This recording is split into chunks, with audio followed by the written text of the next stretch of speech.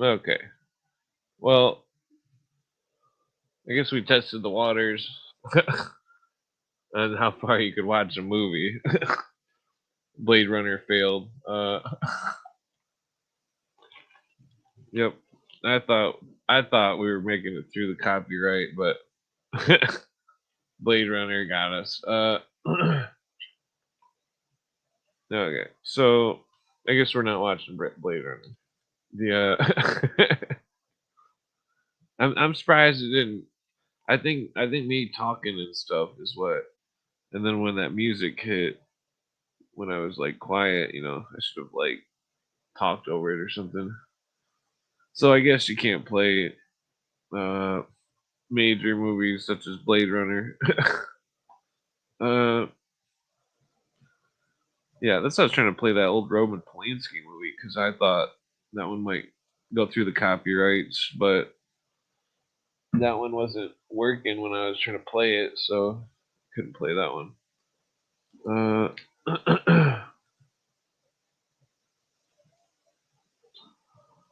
Let's see. Yeah, so well, no, I'm not sure what to discuss. There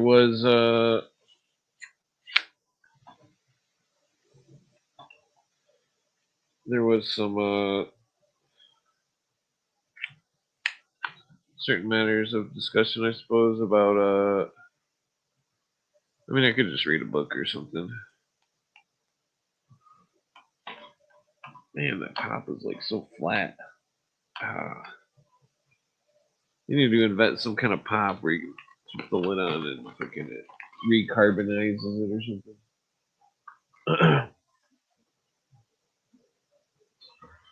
Yeah, freaking let's see here. Yeah, I haven't been drinking sugar for a minute. This shit's fucking sugary as fuck. Okay, so I guess we're gonna have to go to a new subject. Maybe we'll just play some good old fashioned Jordan Maxwell. Uh, I mean, I guess that's what I was probably gonna do anyways. But I can't get the Leonard Nimoy's to play. I get him to play on my screen, and then but the audio won't go through. So I have to like put it on there a certain way. What was I going for? Oh yeah, Jordan Maxwell. We probably should try too many copyrighted stuff just to so it doesn't go too crazy here. I mean, I could oh damn it. Let's see. Ah, okay, none of these are working. Missing documentary links. Um, let's see. I'm just trying to look for something interesting to watch. Just because I'm pretty stoned and not really. Uh, okay, so this it'll be. Yeah, okay, none of those work. Let's open one of those. Wait, I got them all on the other hard drive. That's not going to be on this hard drive. Damn it. Okay, so uno momento por favor. That's my horrible attempt at Spanish. Uh, so I was trying to do some cross references with Earl Bryan and Jolene West and Ed Meese and all sorts of those people, but I'm really bad with names and like what was I doing? Oh yeah, I gotta.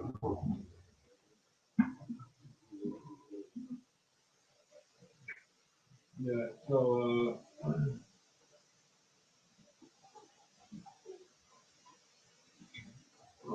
talking about the Dottie, yeah, probably.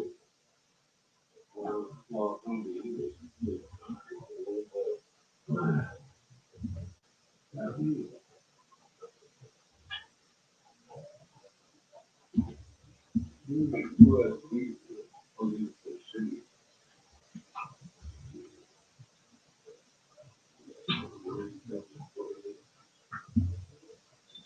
Yeah.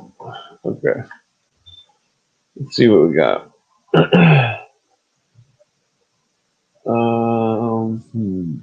Okay, let me just look around here for a second. Oh, god damn, I got too many folders and shit on the screen. Oh, damn, something's freaking out over here. Oh, one of those.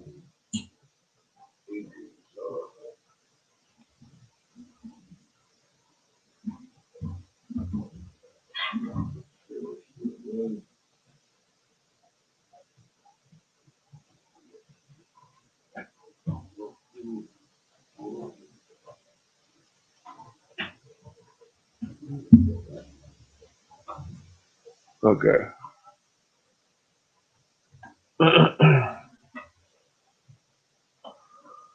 Let's see here. Oh, yeah, sorry. Video file. Yeah, I was gonna bust out some Jordan Maxwell or something.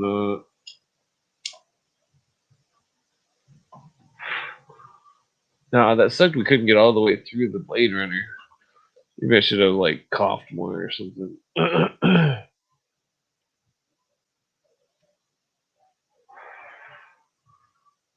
Yeah, where's that? Let's see.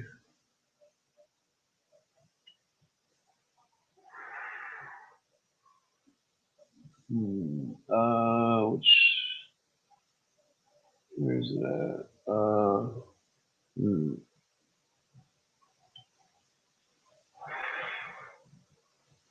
The Ron Doss interview. It's definitely from like 20 years ago.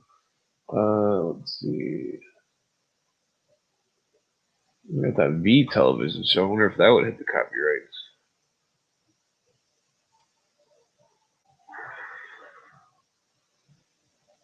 I forgot about that on DVD. That was old. Yeah, where's the Jordan Maxwell? I'm looking for the Jordan Maxwell here. Okay, right there. Jordan Maxwell.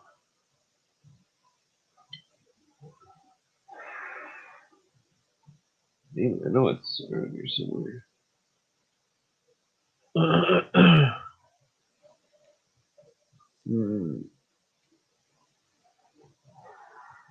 Okay, I think I found it. Well, I got two folders. Oh wait, that's the book collection. Okay. Let's see, MP4. Those will probably work.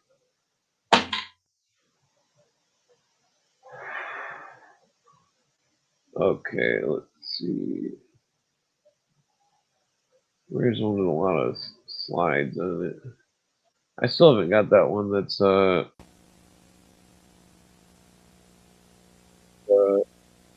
presentation at the LA book. Strange sort of guy. No, there's Anthony J. Hill there. But the people who come to these he commented on my YouTube once and was like, "This is the property of Anthony J. Hill there." Beyond. Because I put a William Cooper episode up with they see on the alphabet networks. Jordan has it together. Why is it so quiet? Simply Red just gave me a doll to come up here. Said, "Oh, bring this with you." I said, "Well, there we go." Most of the American public is like the doll. Dressed well, hearts, love, sort of a flat face. And I think H.L. Mencken once said, one can never underestimate the intelligence of the American people. They are dumb. Dangerously dumb. And I could be speaking to this doll, and she would understand more than most of the people out there. Dangerously dumb. There's no question about that. We are witnessing the Nazization of this nation. This is the beginning of World War III. Well, he's probably right on that. We are in it. And if the you UN like is it, fucking, the UN's got a hold of step in it. I mean, she's got some all this world documentation over government there bullshit. The fact that they're making a big deal out of stepping out of a few what things. they plan to do medically. Imagine if they stepped What out they of have the everything. right to do medically, because we haven't No, they kept all the done our money job. in America. All the We money haven't got on the stayed talk in shows. America. We haven't done all that stuff. Jordan gets on the talk shows. We had everybody He's over on fucking KPFK. keep all the money in Say, America, well, that's a all leftist, of it. pro-commie, No money pinko, goes nowhere. Station. And it is. It is, to be honest. I know. I was fired. His day is coming. Cooper says that most of the state taxes, 95% leaves the state. What I'd like you to do, they're collecting a whole shit ton of money. Stand with me, and they're fucking and welcomed. They're just fucking ripping us. They're ripping off all the whole world. Because all the countries, they're ripping off all the countries simultaneously, not just us. And that that they're doing war games and all sorts of war stuff. Okay. Thank you very much, Anthony.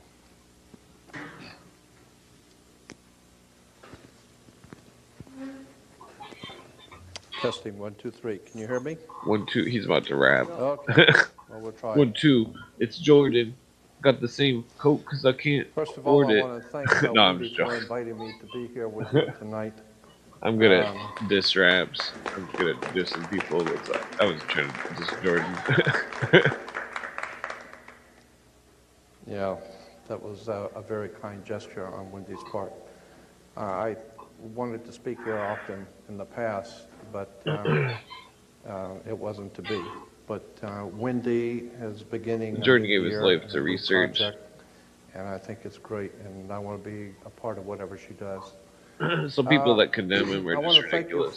He's just a researcher. Here, and I want you to understand that going out the gate, if you walk away understanding only one thing about me, and that is I don't wish to offend anyone, but Thomas Jefferson, I think I've got a little too much mic.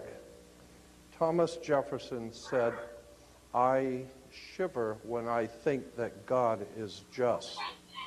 I shiver for my country when I reflect on the fact that God is just." That's a very powerful statement. Because what he meant and what he was saying is that if we understand the divine presence in the universe, that one that men call God, if we understand anything about the divine presence in the universe, we understand that God is just, meaning that he's not a respecter of persons or people or concepts or ideas. God is above all of that. The divine presence in the universe I have the highest of respect for. But I also understand that God can be very cold, very crass. You break the law, what goes around comes around. He's about to sing Cypress Hill. You may be a wonderful person, you may be very sincere, you may have done wonderful things, you break the law, and what goes around comes around. There's no escaping divine retribution, period, because it's impersonal. It is totally impersonal. If you jump off a building, you're going to get your comeuppance quickly. If you do something against your friend, your family, your wife, your husband, or whatever, it may take a couple of weeks for it to come back to you. It may take a month or two. He's talking about karma. Whatever it is you put out there will come back. But he's not talking about it in some kind of mystical sense. That's why Thomas Jefferson said, "I fear more for my country when I realize that God is just." Just rolling up another joint. The reason I bring that up is because there are many good people in this country who call out upon God, papers on the right side, and who want to do what is right and are praying for their country. But in point of fact, God is just. And unless and until you are doing what is right before divine universe, before the divine, unless, of course, you understand that truth stands on its own, and truth does not need to be validated by ignorance. Whatever is true, it's true. And if you back away from it, that's your problem. God doesn't, there's no playing sides. So consequently, I feel that what I do, I'm looking for the real truth. I'm looking for the real truth that's out there, like X-File says. And I have come to discover that when it is that you think that you have a good understanding of something, you need to go back and do your homework because you probably don't have it yet. And every time I found that I thought I had it all nailed down, Anthony was right. I've been doing what I do almost of my life. 42 years I have been involving myself in the research of the occult and the dark side of the world. Occult simply means hidden, those things which are hidden. And I've been involved in researching and studying and living with the occult world for some 42 years. And something I have learned is that when you think you know it all, you haven't got any of it. And when you think you've got it all figured out, no, there's one higher than the high one who looks on and you don't have it yet. And that's why humility is the first thing that we need to have when we're deciding and when we're thinking about godly or spiritual things, is humility, because as one teacher of mine once said, and I've had some very, very brilliant people in my life to help me, and this one teacher said that if you can tell an audience something about God so that the whole audience can understand it, then that will prove conclusively that you don't know anything. Because any pea-sized, ignorant, ill-informed, unread brain like yours cannot represent the divine presence in the universe. We do not know the hand of God. All we do know is that whatever you do comes back to you. There are certain immutable laws in the universe. And unless and until you are prepared to look at the whole truth, nothing but the truth, and wherever it may go, whoever it may lead to, if you want to look the other way or if you want to play favorites, then somewhere along the line you're going to find out you're messing with divine justice. So the point I want to make here is that too many times we have been led to understand and told things which are not true, but which are uncomfortable to confront. And consequently, we have been led into believing that the judicial system, we have educational system, judicial system. Incidentally, the word system comes from a Latin word. The Latins in Rome, the ancient Romans called their sewer the system. And this is where we get our word today, the system. Yeah. So we have an educational system and a judicial system, and consequently, that's where we are, is in a sewer. Now, if we understand that government is corrupt, and God knows now even the most ignorant among this nation are finally waking up to the fact that the whole thing is corrupt. If we understand that government is corrupt, banks are corrupt, our law enforcement are corrupt, there's virtually no institution, our educational systems, no institutions in this country are above taking money under the table and looking the other way, and it's become a way of life, and soon it will be for America a way of death. Now, once you understand that the entire system we're living under is corrupt and filled with lies and deception, and now the best thing you could do if you're a politician is just kind of keep things going, just kind of keep paying people off and hoping everything will come out all right tomorrow. And little by little by little, what goes around comes around, and we are facing a terrible time of judgment, I believe, by the divine forces in the universe, which men have called God. I don't know what God is, but I know what he isn't. One of my teachers once said, you can't make God do anything he doesn't want to, and if he's going to do something, you can't stop him. So consequently, since you can't influence it one way or the other, you should get in tune with the divine force of the universe and go with the flow. And that's what I believe, and that's what I've been trying to do all of my life. Just go with the flow and find out where the facts lead you. Because the more you begin to investigate what we think we understand, where we came from, what we think we're doing, the more you begin to see we've been lied to. We've been lied to by every institution. What makes you think for 1 minute that the religious institution is the only one that's never been touched? You can bet your bottom dollar that the religious institutions of this world are at the bottom of the dirt. The religious institutions in this world are put there by the same people who gave you your government, your corrupt education. The Knights Templars who set up your international banking cartels in the 12th, 13th, and 14th century are the same people that gave you educational institutions, colleges. Where do we get the word college? College comes from the collegia, the Latin Roman college of cardinals.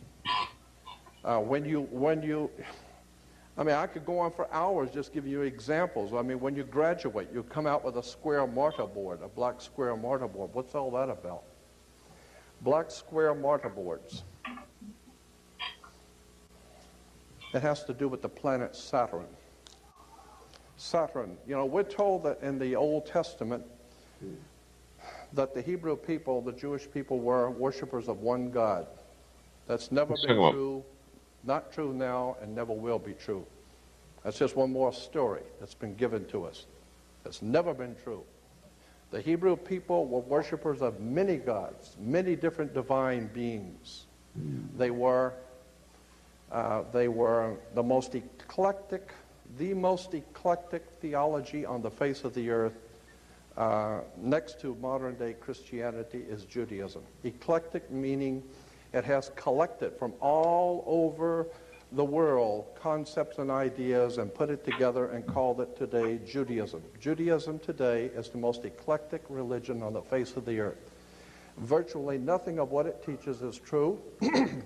Virtually nothing of its supposedly background is true. And consequently, the world is filled with violence, bloodshed, or disorder. Good people are dying. There are children who are starving. Our world is in trouble. And people are calling out to God for protection. People are calling out to God to help our nation and never realizing for one moment that the divine presence in the universe not listening. Why? Because you have your own concepts of whatever you think is true, whatever you believe to be true, but you have never confronted the real truth. The real truth is that the people who are in power, who put this system together, have been in power for thousands of years. This has been going on from day one. I have the highest of respect for the Bible. Anyone who knows me knows I read it and study it all the time. But I'm also well aware that there are encoded messages. The rabbis will tell you that in the Old Testament is filled with encoded messages.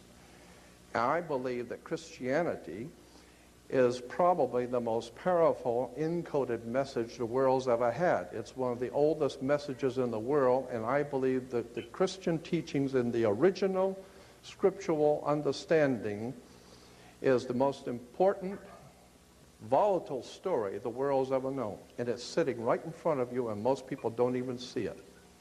It is an encoded story. And unfortunately, too many people who are ill-informed, unread, and who have not spent 42 years looking at theology accept what they read in the New Testament and in the Old Testament as actual history, when in point of fact, it is not actual history. There is a message behind the message. And consequently, if you're reading the Bible, and if you're looking at theological subjects from the Bible point of view, in a materialistic way, you're never going to see the obvious story sitting right in front of you. I believe that the story in the New Testament, and I'm concerned about this because I believe the world is now facing another dark age. I think that we are now preparing ourselves to go into a very dark time that's coming on the earth. And I believe that the message that's in the New Testament is a very powerful, symbolic, metaphysical story that is not very well understood today. Let me go back to the original Hebrew religion. Because it forms the basis for Christianity, We need to look at where did any of these things come from. I'm famous for doing that. I couldn't care less who I offend. I want to know the truth. And all you got to do is go to any good library and just start reading. There are hundreds of great reference books out there that tell you where things have come from. First of all of the things which are going on in this world today, from 9/11, all of the wars in the Middle East, all of the incredible bloodshed that's being spilled all over the earth, can be traced back to, and you might want to remember what I'm saying here, because I'm sure you're not going to make the connection when I first tell you, but I'm going to try to explain it to you. The things which are happening today, the people who are in power in this country, the great generals from around the world who are planning wars and violence and bloodshed, all of this stuff can be traced back to the planet Saturn. Saturn is a very, very pivotal, important concept in theology and religion. And most people have never been told any of this and have no knowledge of it at all. But the planet Saturn is very important in world affairs. I think I've got the video that I was looking theology. for. Let's see if I can get it up on the screen. And the Islamic belief, the holy city of Mecca, which is in Saudi Arabia. The numbers are going weird, so I don't know what's going on. Mecca has a Masonic circle, and within the Masonic circle is a square. It looks like it's because you got to do everything on the square, remember. You have a town square, you have New York Square. I don't think it is. You have a Vatican Square, you have Red Square, you have all kinds of squares. Why? Because this is Masonic. And it goes all the way back into the ancient world, the terms and symbols. Again, the planet Saturn is called the Black Square. It's called the Dark Sun, the Black Sun. This is what the Nazis and the SS and the Gestapo wore black. That's why priests wear black. That's why judges wear black robes. Why do you think a judge wears a black robe? He wears a black robe because when you used to graduate from university, you wear a black robe. Why black robes? Darth Vader wears a black robe. What the hell does a black robe have to do with anything? The judges wear black robes. You know, Supreme Court judges wear black robes. Black robes represent the priesthood of the planet Saturn, the Saturnalian Brotherhood. All you need to do is study Nazism, and you will begin to see that the powers behind the Nazi Party, the Thule Society, the Germanian Order, were all members of something called the Saturnalian Brotherhood, the Brotherhood of Saturn. Saturn was the god of darkness, chaos, and destruction. He teaches you a lesson. He will take your life if you don't listen to him. So consequently, Saturn was very, very important in the ancient world. Thank you.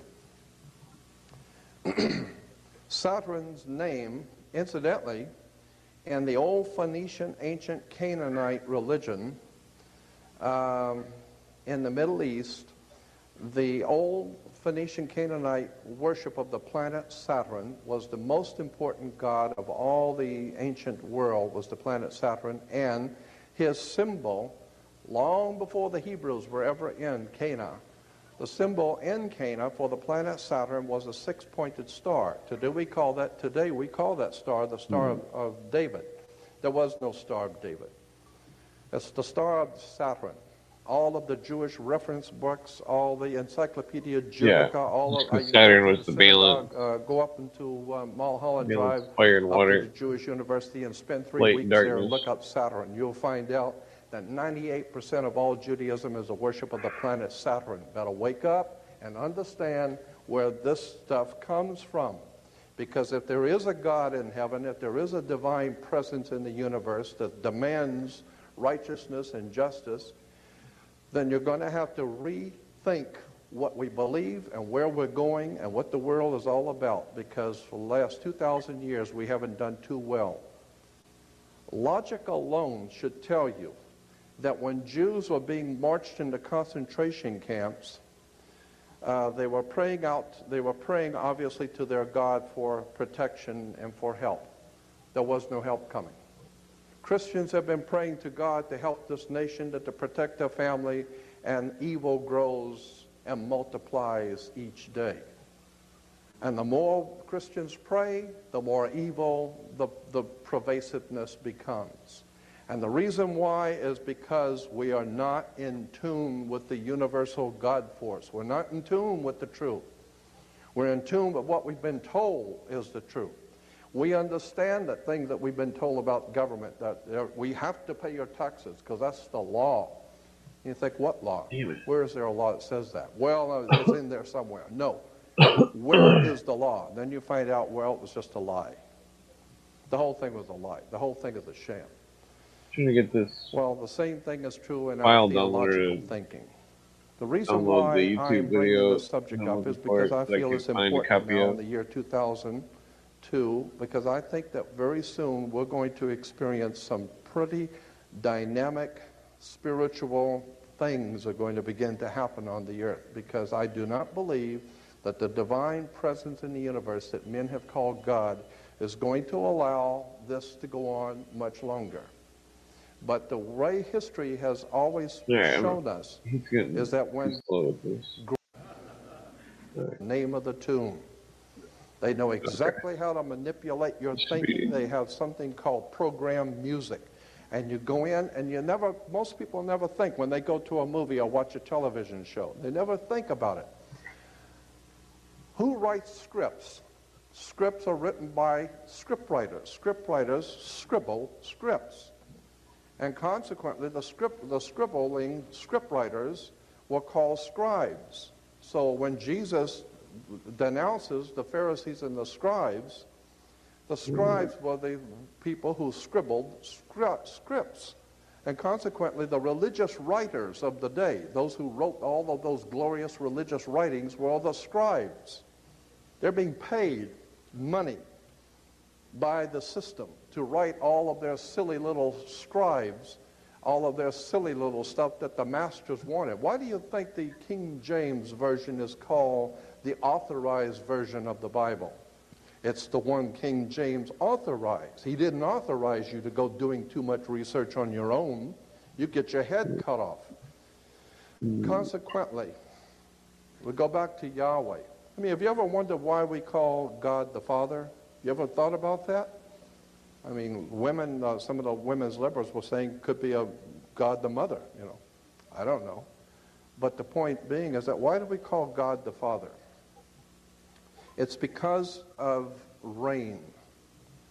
Rain is why we call God the Father. Because in the old ancient Hindu, if you go back into the old Sanskrit writings of the ancient Hindu religion, you will find that the divine presence of God, the Most High, was referred to in their language, in the old Sanskrit language of India.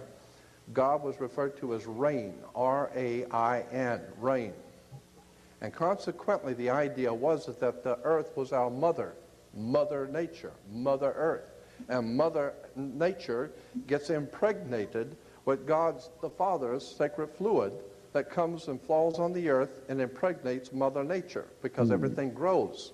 And so once a year, there was a celebration in Phoenicia, Cana, when the spring rains would come. And consequently, the Phoenician Canaanites knew that the rains were coming and it was going to bring a whole new life to the earth. So consequently, they had a celebration of spring, and it was called the marriage feast of Cana. The marriage feast of Cana. And this is in the Bible. As I said, that there are many things in the scriptures that are hidden right in front of you. And if you don't know what they mean, you don't know where they came from, you'd be surprised when you begin to look at where these stories come from. The whole idea of the marriage feast of Cana was Mother Earth, Mother Nature asked God's Son, our risen Savior, and of course the Son is your risen Savior. As a matter of fact, if it don't come up, we're dead. So consequently, the Son was our risen Savior, and so Mother Earth asked God's Son to draw water. The water is drawn by the Son, so it can grow, it can fall on the grapes, and the grapes can be made into wine, so it changes water into wine. And this goes back to the old ancient Phoenician Canaanite, and even the Jewish rabbis will tell you that.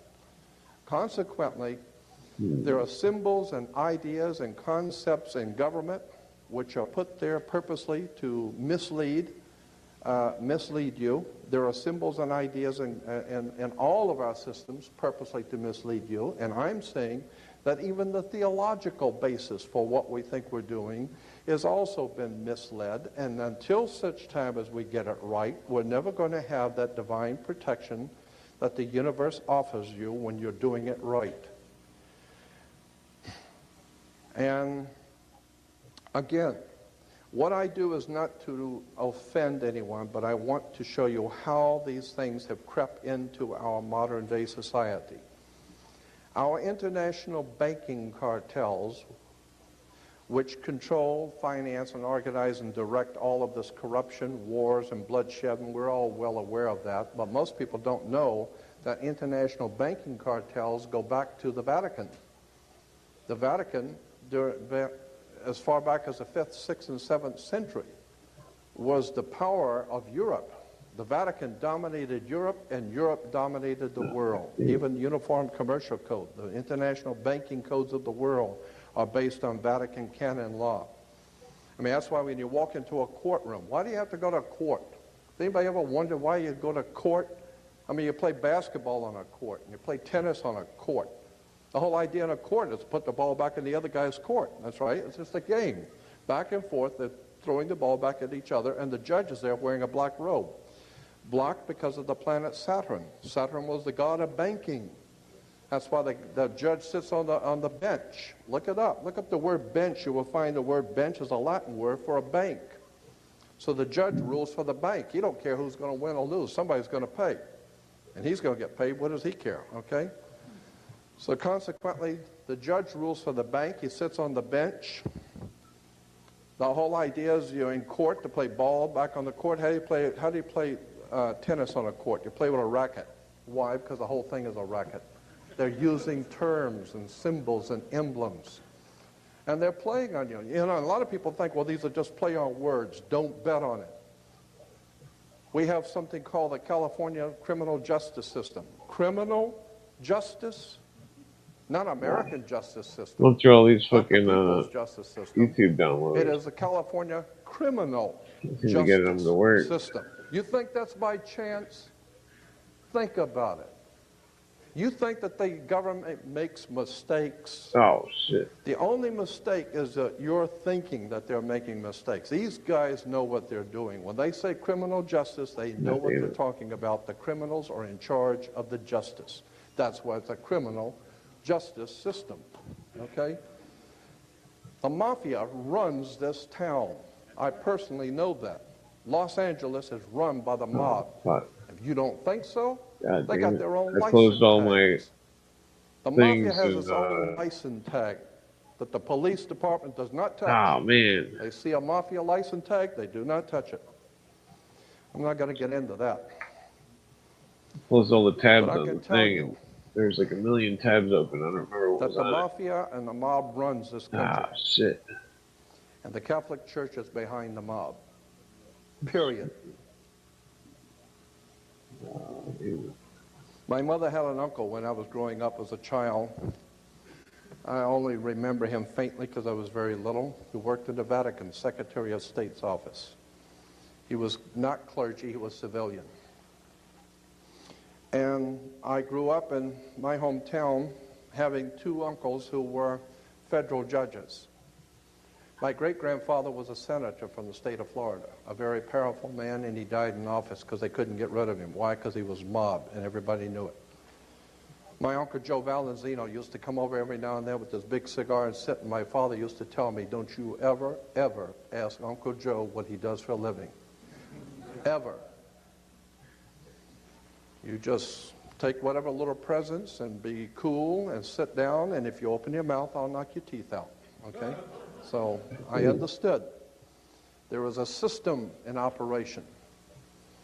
My mother, my beloved mother, my father, my family, all of my family, including myself, were born and raised Catholic.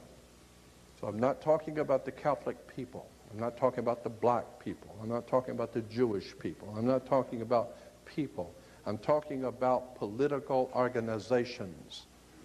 We're talking about institutions that are financed all over the world.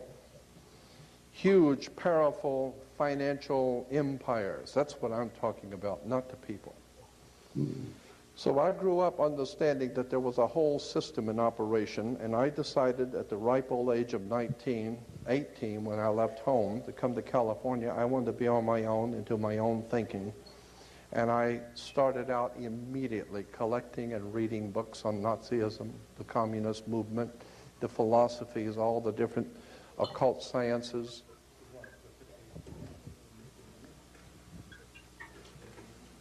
This is taking forever to find that fucking good YouTube downloader. It became apparent to me that the entire world system is corrupt.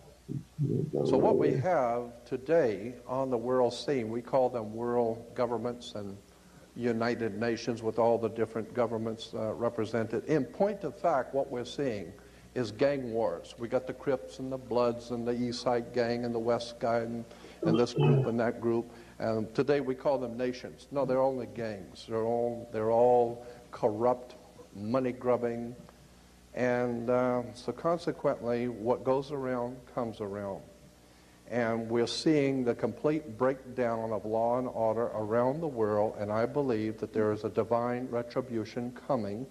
And this is what I'm trying to do, is make people aware that do not put your faith and trust in man in whom there is no salvation. Do not look to your religious institutions for any spirituality. They don't have any. I don't care what it is.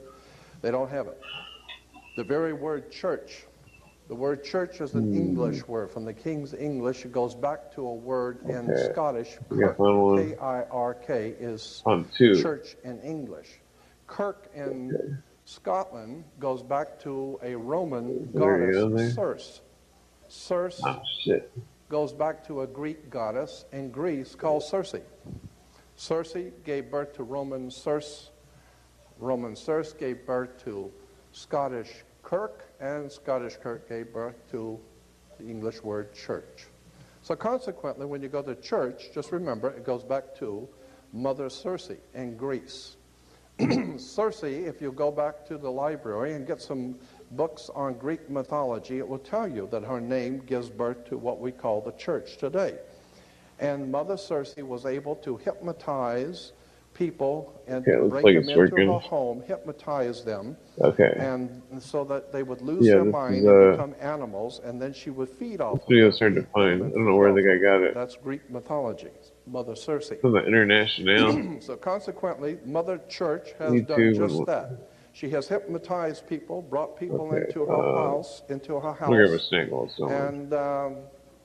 consequently lives off of them. One of the most important financial institutions in the world is the Roman Catholic Church, and all the other churches like the Mormons and Seventh-day Adventists and Christadelphians and Jehovah's Witnesses are trying to catch up with. Consequently, all you need to do is just go see Godfather 3, and it will tell you, that's a true story, Godfather 3, about the killing of the Pope, when the propaganda duet, the P2 Lodge of Freemasonry, had to get rid of the Pope, because he was a good man. That particular Pope was a good man, and he wanted to try and straighten out the church, and they figured they'd better straighten him out. So he was dead. He died on the 33rd day of his pontificate. He died on the 33rd day. I think that's interesting. And that's in the movie Godfather 3. Consequently, I don't know if you know this or not, but at the end of the Second World War, to show you another facet of the church's work, during the Second World War in 1945, actually early 45, when the German and the Nazis began to see that they were losing the war, and it became evident that the Nazis were going to lose, the powers that be in this world wanted to get the top Nazis out of Germany before the Russians or the other Allied forces came through and would kill them. And so consequently, the Vatican, along with the CIA, the American CIA and the Vatican, made a deal, where the Vatican would provide for all the top Nazis their false passports, false ID, and slip them out of Europe and send them to Central America, South America, Uruguay, and Paraguay, which incidentally those two countries were founded by Jesuits. Probably some of the most powerful criminal syndicate in the world is the Jesuits. But so we have the Nazis here in America. You know, we went to the moon supposedly with good old American ingenuity, like Dr. Werner von Braun and all those other Nazi fascist murderers that came here who are making money off of this people. And I just amazed when I watch the space shuttle taking off and you see all the Americans standing out there in Florida watching the space shuttle take off and everyone's applauding. I think, what are you applauding for? You ain't going anywhere. The hell you applauding for? If they're going somewhere, you're not going, that's for sure. You can pay for it, but you ain't going. You ever thought about how much pollution, I mean poisonous, toxic pollution that pours out of the back end of a Saturn booster, how much poison is poured out of that into our atmosphere every time they shoot one of those things? Most people don't think about that. Consequently, I believe that it's a time that the idea, this time has come to look at the real foundations of our system of thinking in this world, because if you're going to call out to God, you better get it straight. Because there are too many times in the scriptures, and I again have to reemphasize my appreciation for the divine principles in the scriptures. I believe that there is a profound story, especially in the New Testament. I think that the New Testament is a redemption story. But most people have no idea in the world what redemption means. Well, the classic example, how many Christians understand what Christ means? I mean, you can't talk, I hear Christians talking all the time about Antichrist, and they haven't got the faintest idea what Christ means. How many people know what the word Christ means and where it comes from? I mean, how many Jews talk about the Holocaust and haven't got the faintest idea in the world what a Holocaust is? Oh, a Holocaust is a terrible tragedy. Oh, it's a big fire or something like that. It's terrible something. No. That's not what a Holocaust is. A Holocaust, according to the actual research documents, means a sacrificial, ritualistic burnt offering. When Abel and Cain and Abel in the Bible offered up a sacrifice to God, the word in the Hebrew Bible is they offered up their holocaust to God. So a holocaust is a ritualistic, sacrificial, burnt offering. Get it right. Why did the Jewish leaders in this country and around the world use the term Holocaust? Very interesting. I think that they are not telling us the whole story. Consequently, as I said, well, many it's just Christians a descriptive use the word word. Antichrist and don't even know what the word Christ means. Christ comes from Christos. Damn it. Christos in Greek means oil. That's why you have Didn't work. cooking oil called Crisco. Oh, this is Crisco 95%. Christo is Christ. Must be So going Jesus to the Christ is Jesus the oil. 96, 97. I mean, that's what it means, Jesus oil. I'm getting the Jordan Maxwell video. Okay. You say, well, Jesus, why? Well, because Jesus was the anointed. When you always become anointed with oil. The kings in Israel were always anointed with holy oil, so they became anointed. You know what the word anointed means in Hebrew? I don't want to get into that right now. Good. Basically, anointing comes from the word sex. Well, it's a little more complicated than that. Oh, yes. You'd be surprised how much sex Folder. is entwined Which one is it in religion. Okay. Sex, drugs, and rock and roll. There's a huge amount of words and terms and symbols. Let's see, believe. And when we begin to see how these stories have been put together and misrepresented, again, I believe that the Bible has been misrepresented. Bada boom, bada bing. I think that if you go back into the ancient world and begin to see where the Bible comes from, who wrote it, Video when you download begin to helper by read the VDH. encoded story, it becomes Seems to be a good one. fascinating stuff. And when you understand that, Okay. and I do a whole Yeah. lecture, sometimes Oh, it takes 4 to 5 hours for me to do it, on astrotheology. Okay. Astrotheology All right, is this the better basis work. for all religion on the face of the Video earth. file. It's called Come astrotheology. on. Happily, most people don't know that, so nobody's Yes. offended. But most Okay. people Here do we not go. realize. Okay, this one's better, I think. 'Cause this one's one that nobody's seen. Ow. Jesus. Serious. Religion Ow. in the Middle East, the Muslim countries, is based on Allah, so it's the Muslim law, or the law of Allah, and in America it's the Judaic-Christian law. So it would be well to know something about the foundations of Judaism and Christianity. First of all, Judaism is made up of at least 7 different ancient Semitic I forget cults. what. Like the 7 LA different old ones. bookstores. And they all came together, and today we call them all together This is one of my Judaism. favorite. But actually, Judaism is nothing more than about 7 different Semitic cults. One was the cult. One was called the solar cult, or the worshippers of the sun. One was the lunar cult, the worshippers of the moon. One of the cults was the stellar cult, worshippers of the stars. One was the Saturnalian, or the worship of the planet Saturn. And then there was one that was called the volcano cult, the worship of the volcano.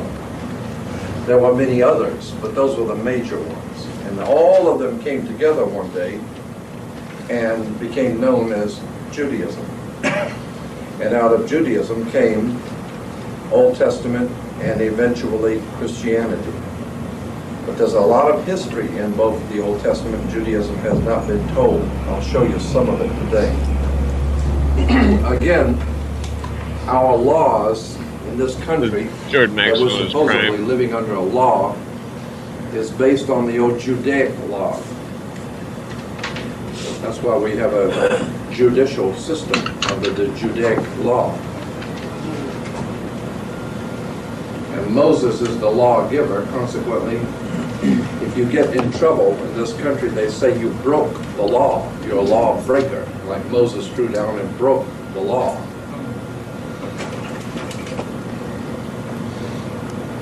We're told that Moses took the Israelites out in the morning to pick manna from heaven, the manna from heaven. The word manna simply means in Hebrew, what is it? Because they didn't know what it was. All they know, they were told, go out and pick it. They eat it. It's interesting you say that, if I can make this point. no, The mascot for the Olympics, his name is what is it? Right, that's right. That's the mascot's name for the Olympics, is what is it? What is it? That's him. That's him. All right, go ahead.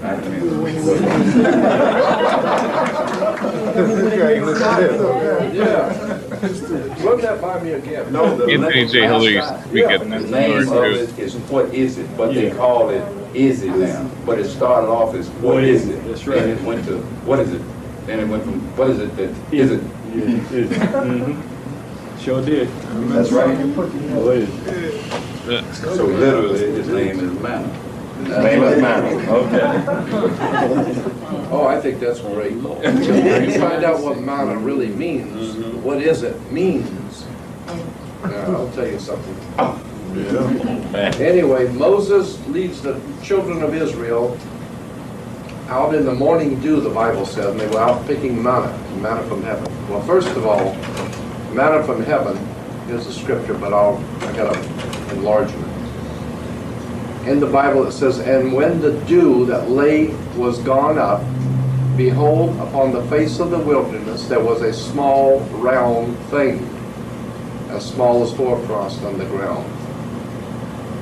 And it was called manna. And when the children saw it, they said to one another, it is manna, for they did not know what it was.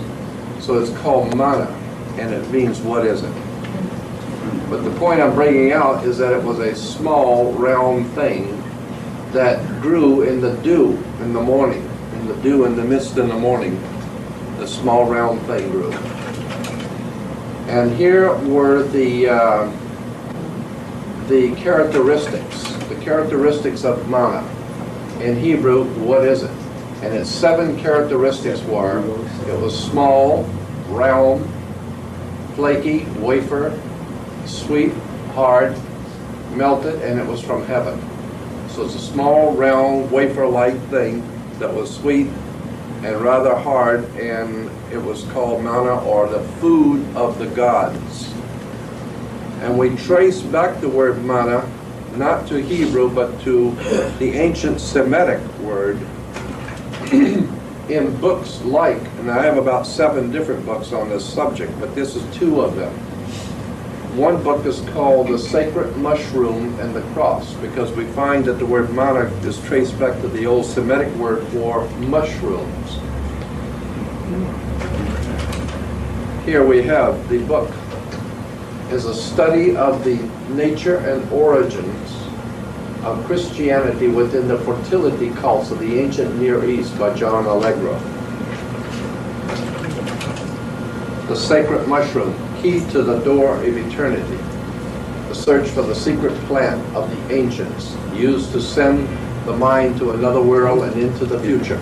There is such a fact, it is a factual truth, that certain mushrooms are not just hallucinogenic, but they do release in the human brain a spiritual ability to connect to the God force. And that's a fact. So it's not just hallucinogenics that we're just seeing visions. There are certain mushrooms that do have that quality that allows the human mind to open up and connect with the universal God force. And so that's a pretty heavy-duty experience when you get on certain mushrooms. You start seeing things, some strange things, but them things are real. Peyote is one of them. Okay, so what we're talking about here is the book, The Sacred Mushroom and the Cross, showing how the connection between the sacred mushroom and the cross of Christianity.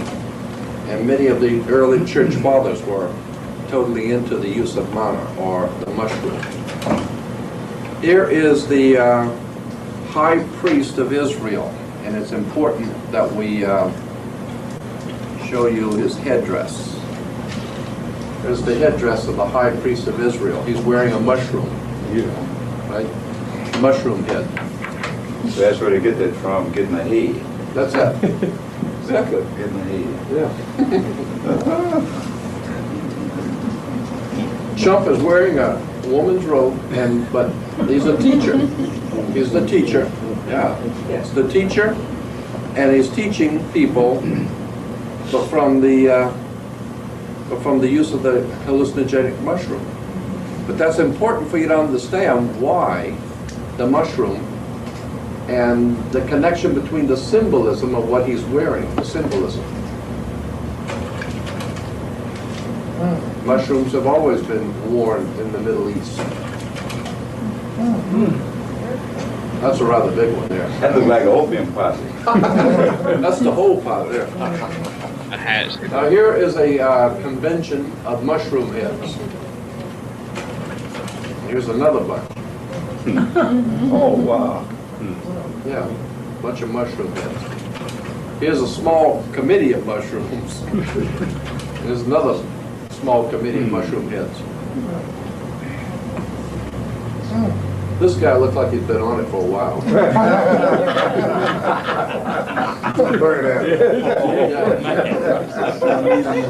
He is totally quiet and in another world. Right. But he's holy. The only thing holy about him is his underwear. There they are, mushroom heads.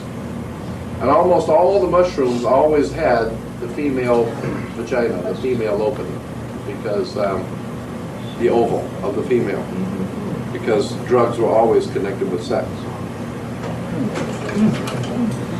Here's another one. There's one of the wise men. Is that a mushroom on his head or what? Like a pump. It's a mushroom, all right. Mushroom.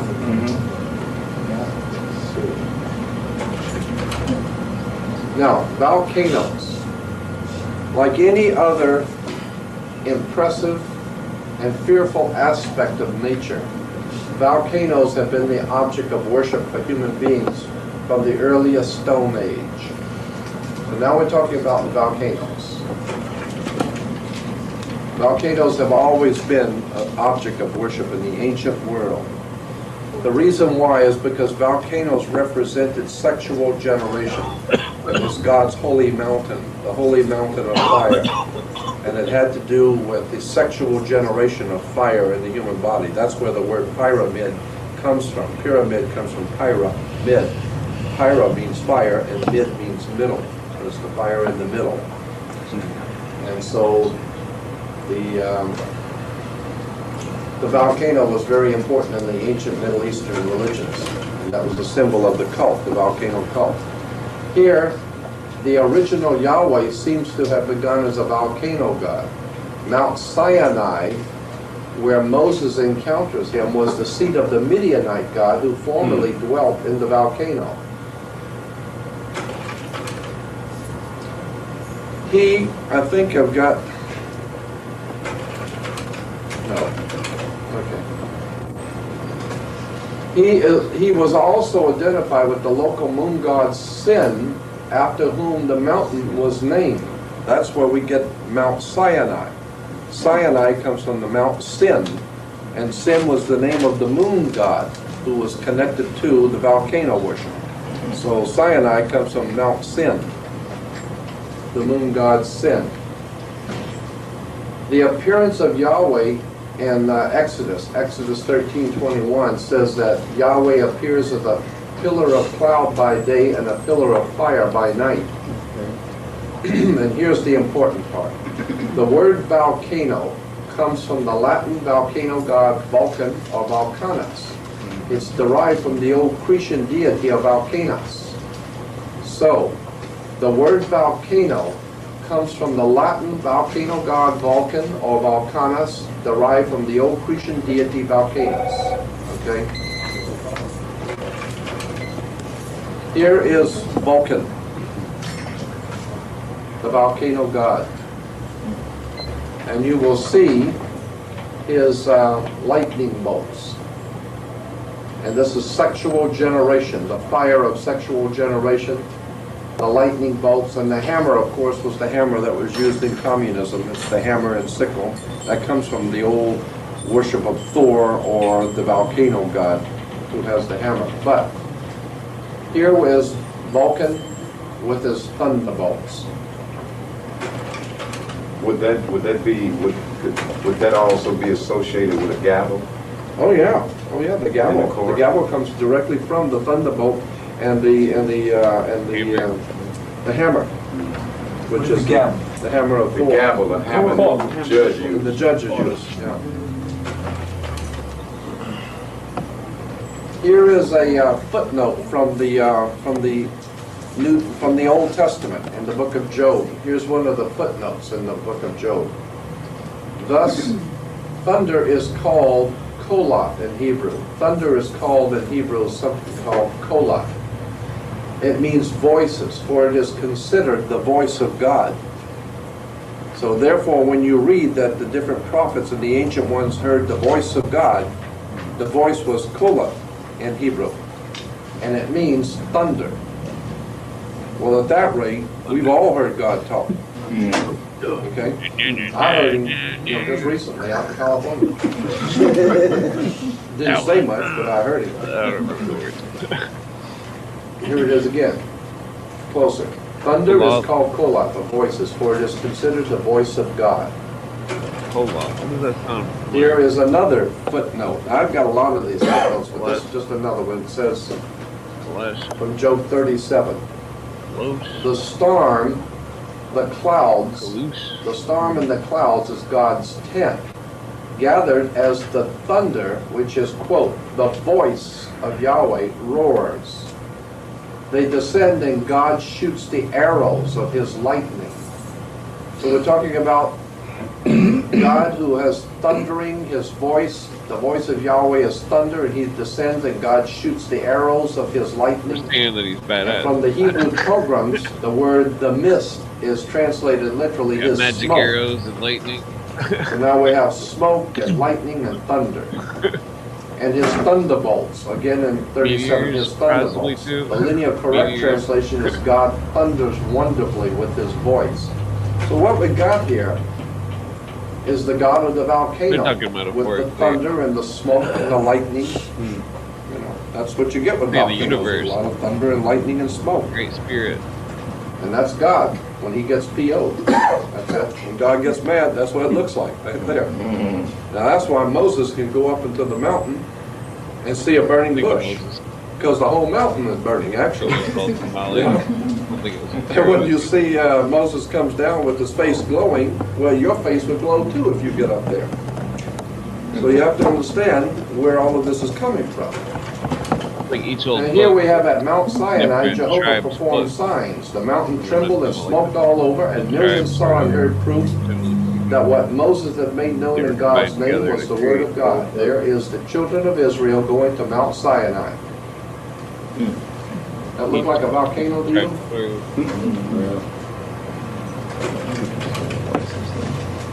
Here, Jehovah led the sons of Israel to a mountain named Sinai in the desert. And there he gave them his law. Now we're talking about the law again. We're all under the law. What law? Well, the Mosaic law, God's law. Okay? Well, what does that look like to you? Does that look like a volcano to you? And this is all from Hebrew and Christian publications. I got a whole stack of them, but I just given you a few, just to show you a few. It was called the Mountain of the Moon. I look like a volcano. It was a volcano, the edge of it. Here is from the Hebrew Jewish Encyclopedia, the Encyclopedia Judica. The Hebrew Encyclopedia has the main holidays. Here's Rosh Hashanah, Yom Kippur, Hanukkah, Feast of Purim, Passover. And here on the bottom right is the Feast of the Giving of the Law. Is the Feast of the Giving of the Law. That's from down here on this one. This is from the Encyclopedia. That look like a volcano to you? And that's from the Encyclopedia Judica, Jewish Encyclopedia. What about volcanoes? So there's the thunderbolts. There's the lightning and the thunder. And you see behind the lightning, you'll see the outline of the sun. See the sun behind it with the spokes? Then you see the lightning, and there's the volcano. That's interesting. They call it the Feast of the Giving of the Law, right, as the Feast of the First Fruits. Yeah. Now we've incorporated one, the Feast of First Fruits called Kwanzaa. Here's another one on Mount Sinai. There's Mount Sinai. Does that look like a volcano to you with the thunderbolts? Now here's Moses throwing down the law and God's 10 Commandments. And what's that look like behind you? Does that look like a volcano to you? That's the sun coming up behind it.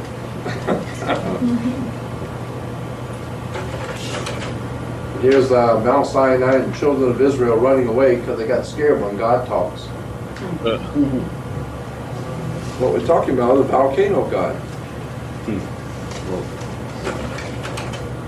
And here's Moses. He not only went up to Mount Sinai, he jumped in the volcano.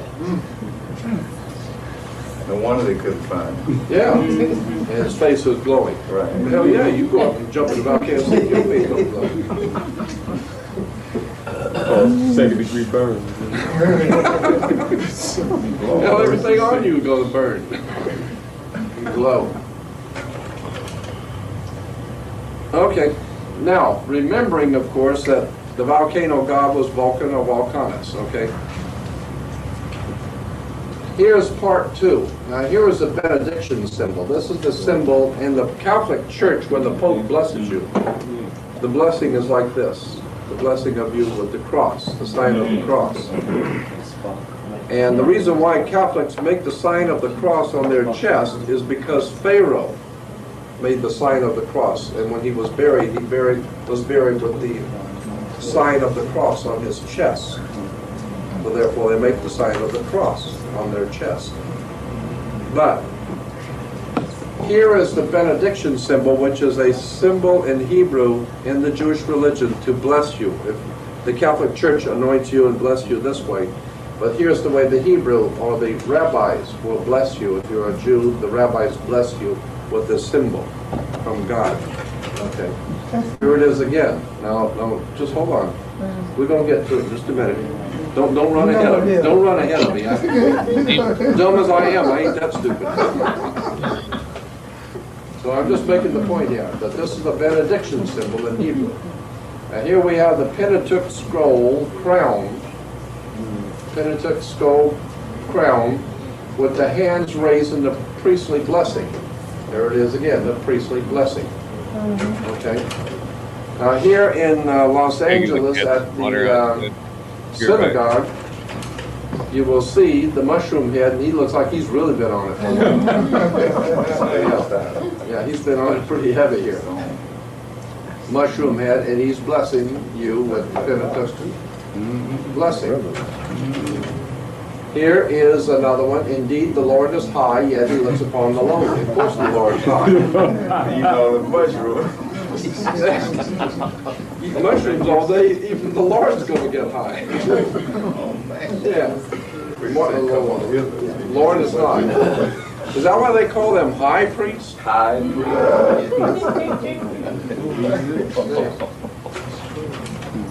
Now here's the rabbi at the synagogue with the giving the blessing. Okay.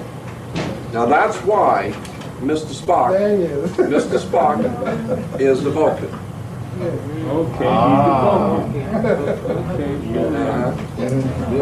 And he's also That's right.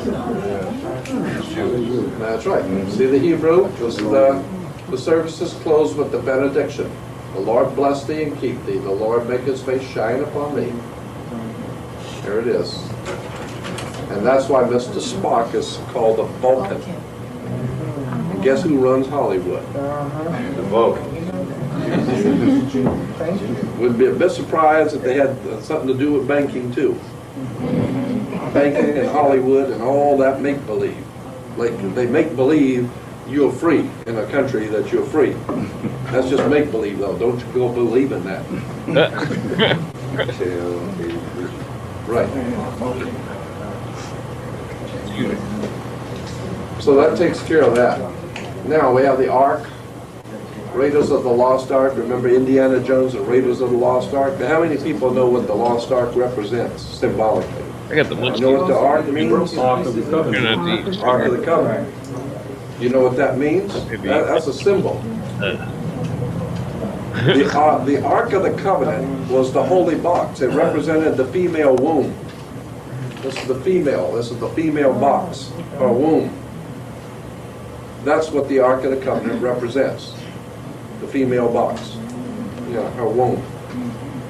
Because out of the box, it's called, the Greeks called the female womb Pandora's box. Because you open up a lot of trouble in opening up the box. Hey, I'm just telling you what the ancient people said. It's Pandora's box. But it goes back to the old Ark of the Covenant box.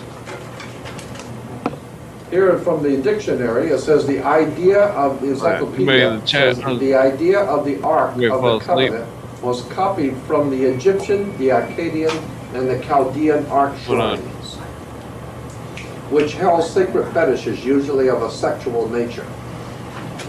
So that Ark is not Hebrew. It's actually Egyptian. And that's why Indiana Jones and the Raiders of the Lost Ark were looking for the Lost Ark, not in Jerusalem, but in Egypt. Because the whole idea is Egyptian. The whole thing comes from Egypt. They got damn thing to do with being Hebrew. That's why Indiana Jones, if he's going to find it, needs to go to Egypt. And that's why the Nazis were looking for it in Egypt too. Because The whole thing, when you're talking about the female box or the Ark of the Covenant, you're talking about sexual reproduction. You're talking about race. That's right. And now you're talking about race and blood. And now you're talking about the Knights Templars, the Masonic Lodge, and who is going to be racially superior on the earth, who is going to hold the Raiders of the Lost Ark, the womb that gives life. So we need to get rid of certain races and cause others to flourish. Raiders of the Lost Ark. All that has to do with Freemasonry and racism. They just having fun, making money, and all over the country, people going to see the movies, thinking it's fun and entertainment. Here is the Ark as it appeared in Egypt. The Ark, and this is from a Bible dictionary. The Bible dictionary says the word Ark, the word adopted from the Egyptian. Well, that ain't all that they adopted from the Egyptian, but that's just one more example. There's the Ark. It's Egyptian, not Hebrew. And the angels, remember the angels that were on the mercy seat? Yeah, there's a mercy. And the mercy seat, the angels' wings came together to make up the opening of the female. Angel of mercy. That's it. Guy sees him and he said, mercy. Mercy seat. I can't say Mercy seat. That's it. Now, we can throw this in too very quickly. In Egypt, there was a celebration of the first spring rains, the rains that came in the spring, and the spring rains brought the flood of the Nile. And consequently, they had a celebration of the flood of the Nile, and they called it the celebration of the coming of the new rains in spring. And so they called it the Ark of Noah, the Ark of Noah celebration. The Ark of Noah is the moon in the lower quarter. The lower quarter of the moon in spring brought the spring rains. And the celebration of the rains that would overflow the Nile and bring water and life and nutrients to Egypt. So they celebrated the first spring rains when they celebrated it with the story. And the story was it was a great flood that destroyed the world, the waters of chaos. And the waters of chaos came and destroyed the world, and God replenished the earth.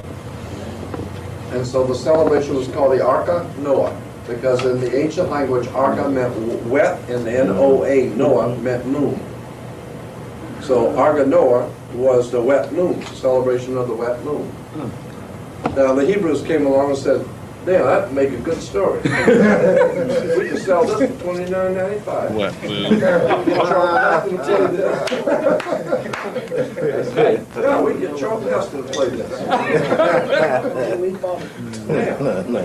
And we sell that, we'll call it the Ark of Noah. And we'll have tours all over the world looking for the Ark of Noah. And one saved found. Yeah, I was there when they said it. Oh, you were? Oh, yeah. About the pieces of wood, yeah. like the one that he cooked on the stove at home? I was there. See, I was there. I was in the production at the time, in the studio, when they came up with that one. And I said, "You actually find the Ark of Noah?" The guy said, "Man," he said, "we're playing to an American audience. Who will buy anything? They'll buy anything. Big Top, Pee Wee, Hulkamania, and Budweiser beer. Tell them what they want to hear. They want to hear we found the Ark of Noah." Oh, man. They buy anything, America. They love Big Top Pee Wee and cartoons and everything. We believe anything here. So there it is. There's the Ark of Noah, or the Ark of Noah. There it is again. Anything to do with Jason the Argonauts? The Ark, yeah, that's where it comes from. Jason the Argonaut. Ark of Noah. I forget, yeah, Jason Listman and all And that. here it is again. There's the Ark of Noah with the rainbow and the double The piece bird above. on the great ocean. Bird. The Ark of Noah, or the Ark of Noah, the wet moon. And a bird on the top. Now we got something called the Yonai, coming from the old Hindu. And don't take a college graduate to figure out what that represents. It's called, Symbol of the, in Sanskrit, equinox. delicately translated the womb of the world. The womb of the world of the Yunnan. Completion of the zodiac. This is from the 1st century 25,000 catacombs years. in Rome. They found these statues. And this is from the 1st century Christianity. In the catacombs of Rome, they found these kind of statues, which, you know, that will give you an idea of what the Christianity was really into. It was sexual, reproduction, volcanoes, mushroom, and all the rest of it. And here is the concept, the idea, again, like I said, you'll see more of them, of the wings of angels or the wings of birds being put together like the female opening, which is a symbolism. Now those look like storks. Yeah, yeah. Yeah, dude, yeah. Brain Together. stork. That's it. Yeah, sure enough. The art. Huh. Here it is Never again. thought about that. Masonic I've seen this symbolism, video like a million times. private language of the Together. craft. Yeah. Right? So that's, yeah, that's the whole story there. But don't get a little bit on that. Here it is, a little bit more Angels are explainable. forming the birth canal. The Arganoa, the female, That's hilarious. the mercy seat in the Ark of the Holy Ark. Yeah, keep in mind. But now the angel's wings become more demonstrative, and you can now see it a lot better. That's hilarious. And here it is, the Hebrew rabbi with the Yonai. Here it is with the bat mitzvah when the Hebrew girl becomes a woman, the bat mitzvah. The African celebrated the coming out of life. The Hindu coming out to life from out of the womb. Yeah, it's really Jesus symbolic coming out of the natural womb. theology. And Mary, she is the womb. And here's the, here it is again, another one of the gods coming out. And as I said yesterday, in Washington, D.C., we have the Washington Monument. The Washington Monument is an Egyptian symbol. It comes from Egypt. It's the obelisk. The obelisk, or the Washington Monument, What if represents it is some kind of the cult male where they're phalanx. having It's the people, male. And it connects with the Oval Office spirits in rebirthing. Washington, D.C. So that's why the president has an Oval Office. Maybe even it's He's operating from inside the female. making people think that they were reincarnation. Like program them as a person knows what it is. See, here it is again. Now, many of the ancient gods and all the high priests, the ancient gods and all the high priests were called penis heads. As far as I'm concerned, yeah. As far as I'm concerned, they still are. They're all a bunch of penis heads. We got a couple around town here. And they're penis heads too. But that's the facts. It's the facts of life. That's the facts. They were called penis heads.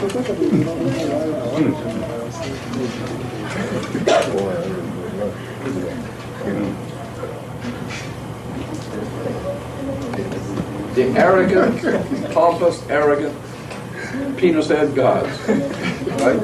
You see the headdress? You will see the same headdress on the Hebrew high priest. The Jewish high priest wears the same headdress. Pope. And the Pope wears the same thing. The Pope, and this is Hebrew, but the Pope wears the same one. The headdress. Now we have something like the pillar. It's called pillar. That's used in our architecture today, pillar. Okay? So pillars are still being used in Western architecture today. But pillars were phallic emblems of many of the gods and heroes. So when you see these pillars, they're phallic emblems of the male. So don't be proud if somebody says you're the pillar of the community.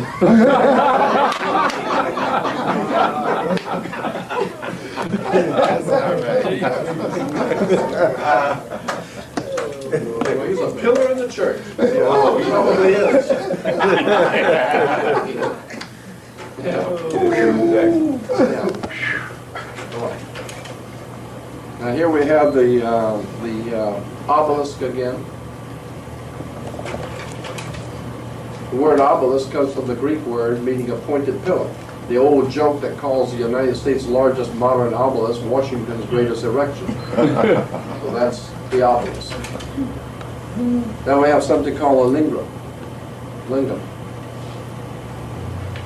The phallus, this you can read, this we'll read later, but the phallus of the lingam was usually painted red and anointed with holy oil, to which the Greeks gave the name of chrism.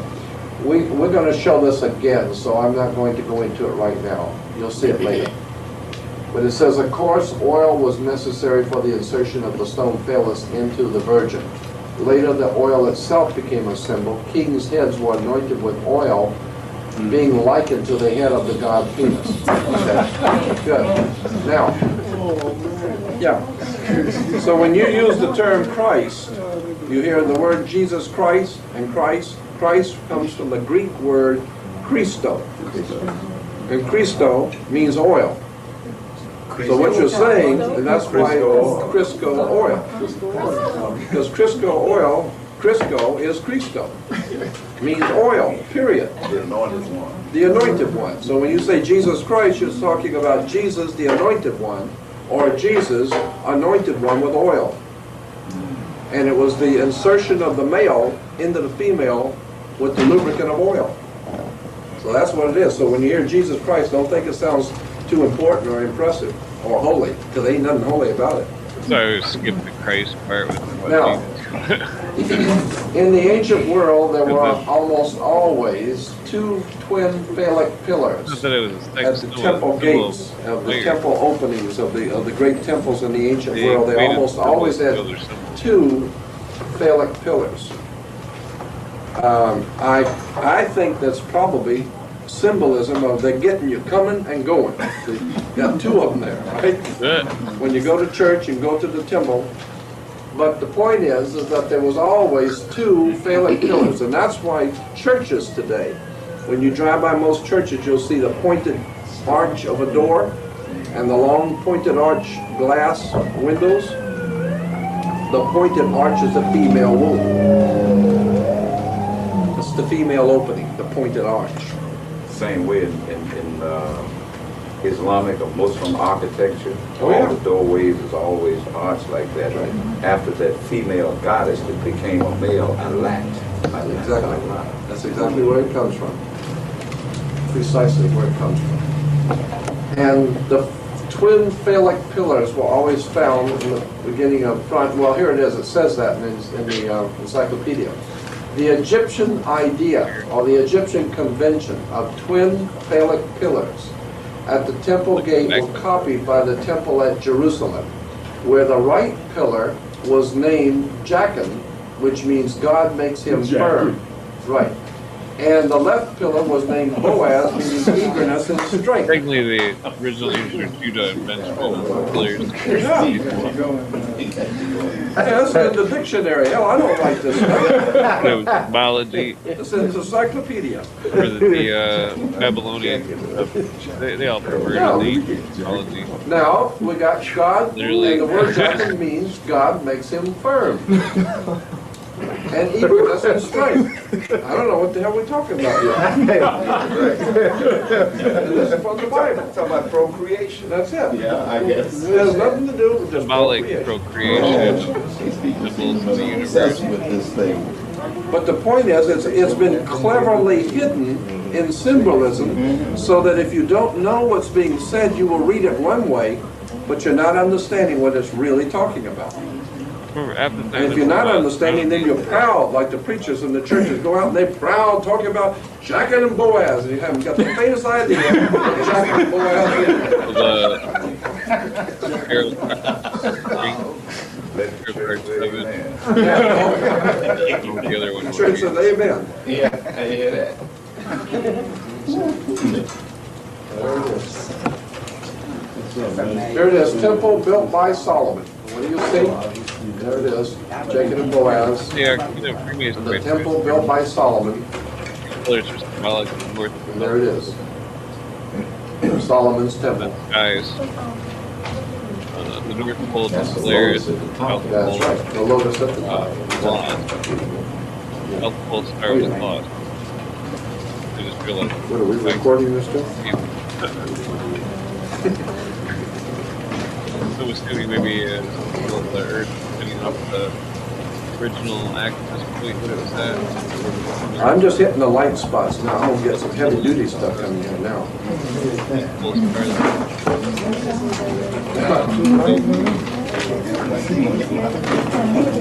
You noticed that, right? Now here is the ground plan for the Temple of Solomon. Here's Solomon's Temple, the ground plan.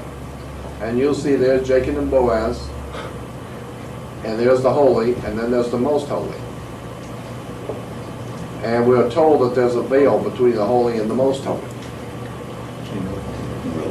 Okay? And the only way you can get to God is tear through the veil. Now, that's why Dr. Ben says that heaven is between a black woman's legs. That's exactly right, but that's exactly what it meant. That's what it meant. It meant South Point heaven was a paradise. directly to Sigma. And the paradise was based on the old ancient Semitic terms and words. That's hilarious. And that's what it all meant. And you'll see as we unfold it here. Here is the holy and the veil and the most holy. And in the most holy you have the Shekinah light. Remember the Shekinah light was in the most holy? That's Shekinah light, not Hekinah. Shekinah, as female.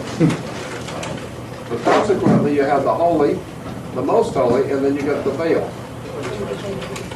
The veil, of course, is the veil separating in the virgin, the veil that is pierced. Now,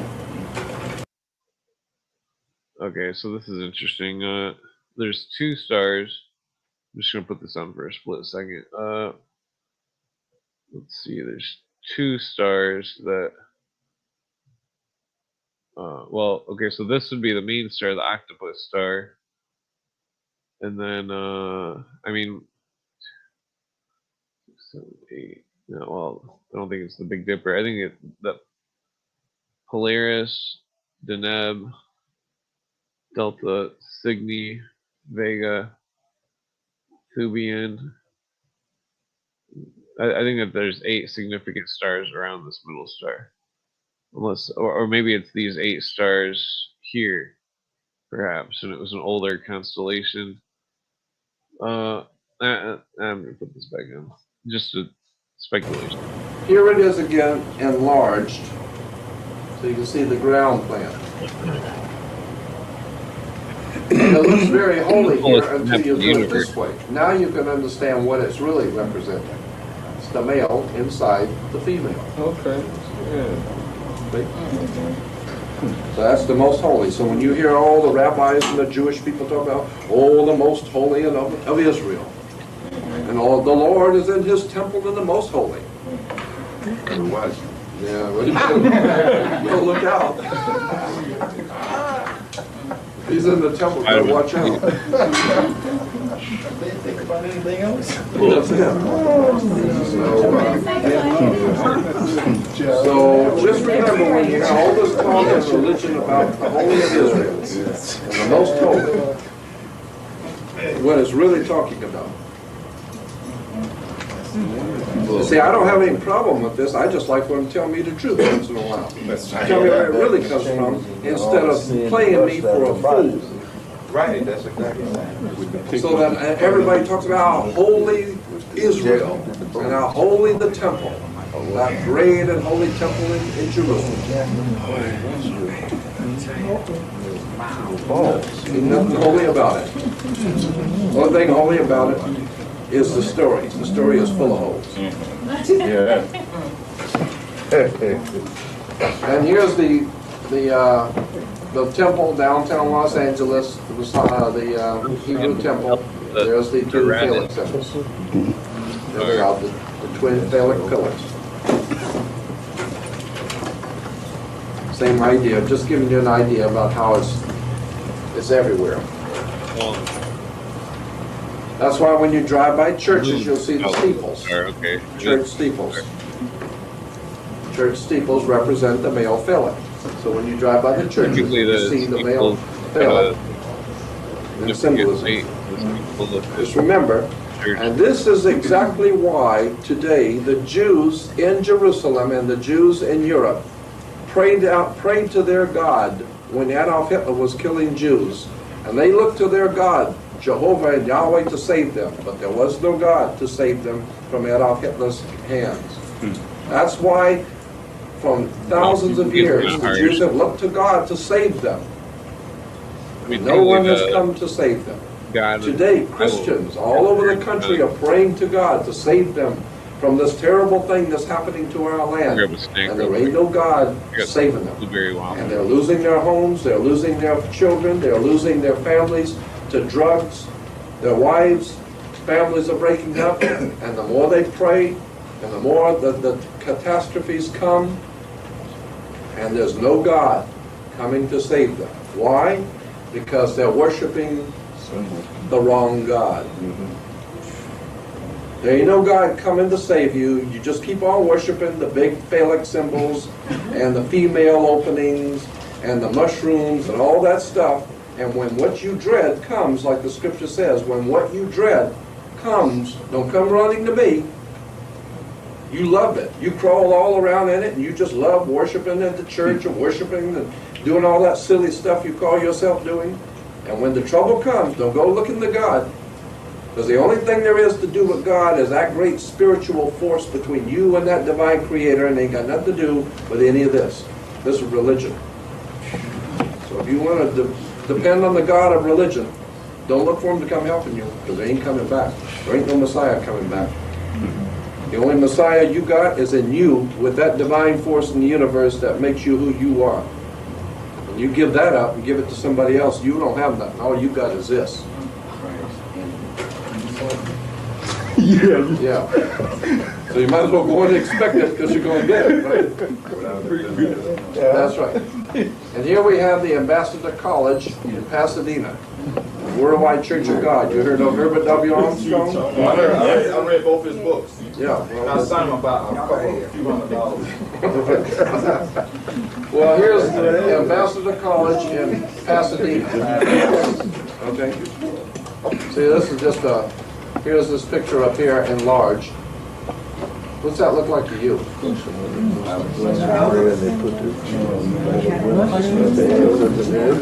think I'm aware of all this. Say it again. Herbert Armstrong, was he aware of all this that you were telling us today? Oh, sure. As dumb as he is, he ain't that stupid. Sure, he knows that. Sure. Of course he did. But he was a British Israelite Freemason. I have all of his documents. Herbert W. Armstrong. He said he had a dream where a big angel came down in the middle of New York City street, gave him and his wife a prophecy. Give them what? Gave them a prophecy to go out and teach the world about the coming of the kingdom of God. They probably did. It's probably Rockefeller was in New York.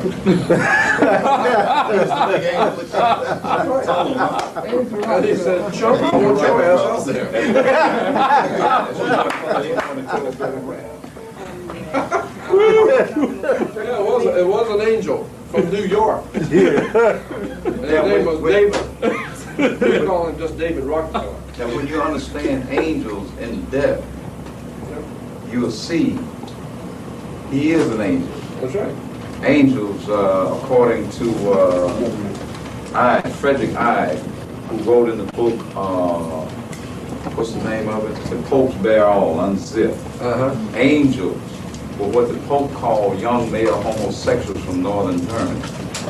Yeah. I can dig it. Germany. Makes sense to me. When you understand all of this, what it's based on.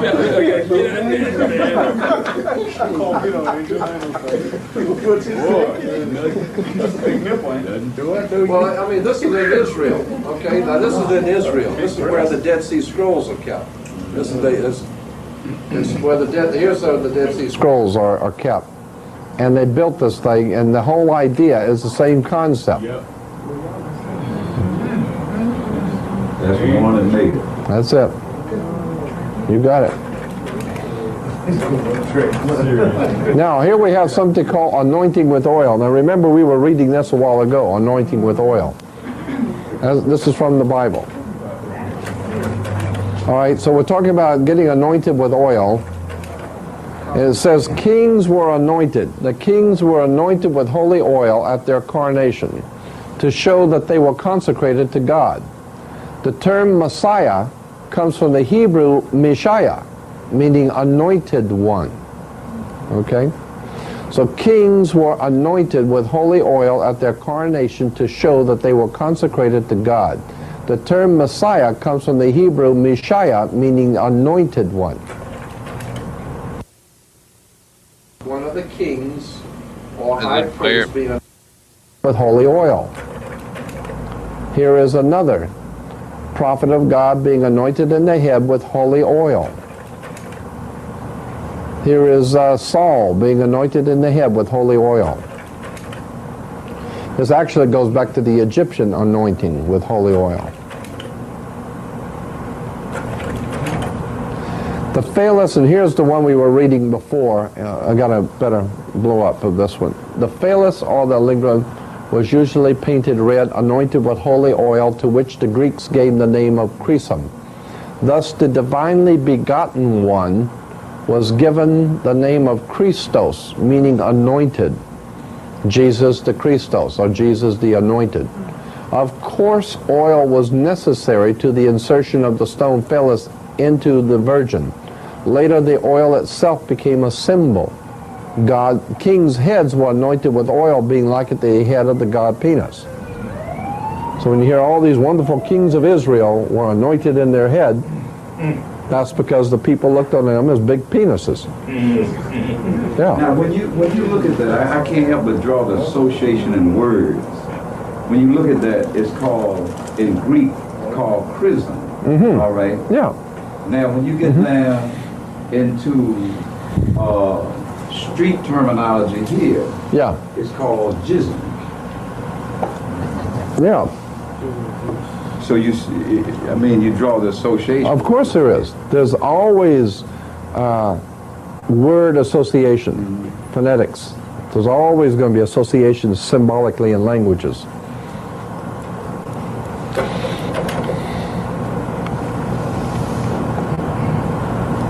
This is one of the ancient gods being anointed with holy oil, anointing the phallic with holy oil. And that comes from the first century, one of the first century statues in Rome. Yeah.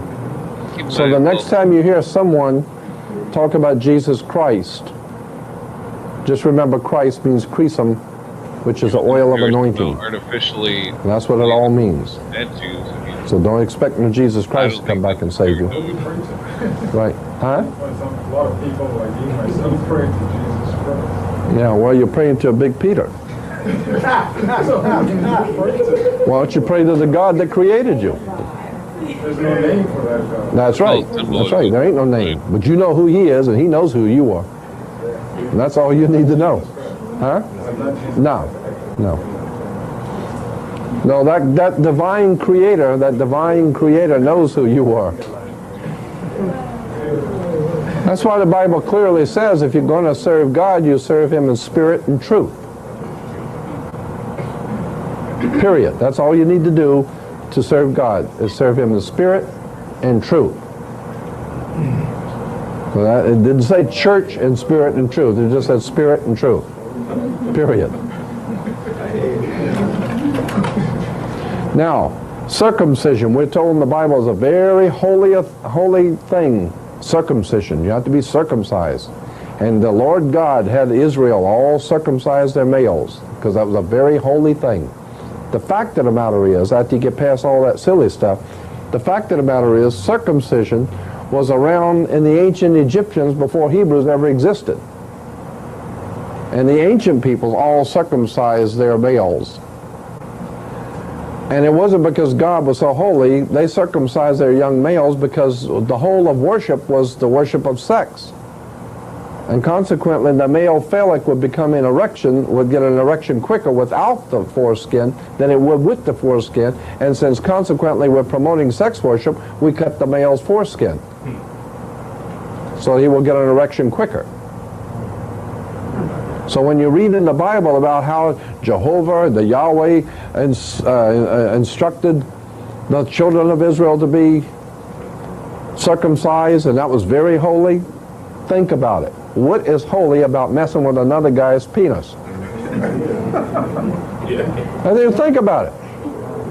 What is holy about cutting the foreskin off of another guy's penis? First of all, if God created man and he was perfect, then what are you doing corrective surgery on his penis for? If God didn't want the foreskin on there, he wouldn't have put it on him when he created him.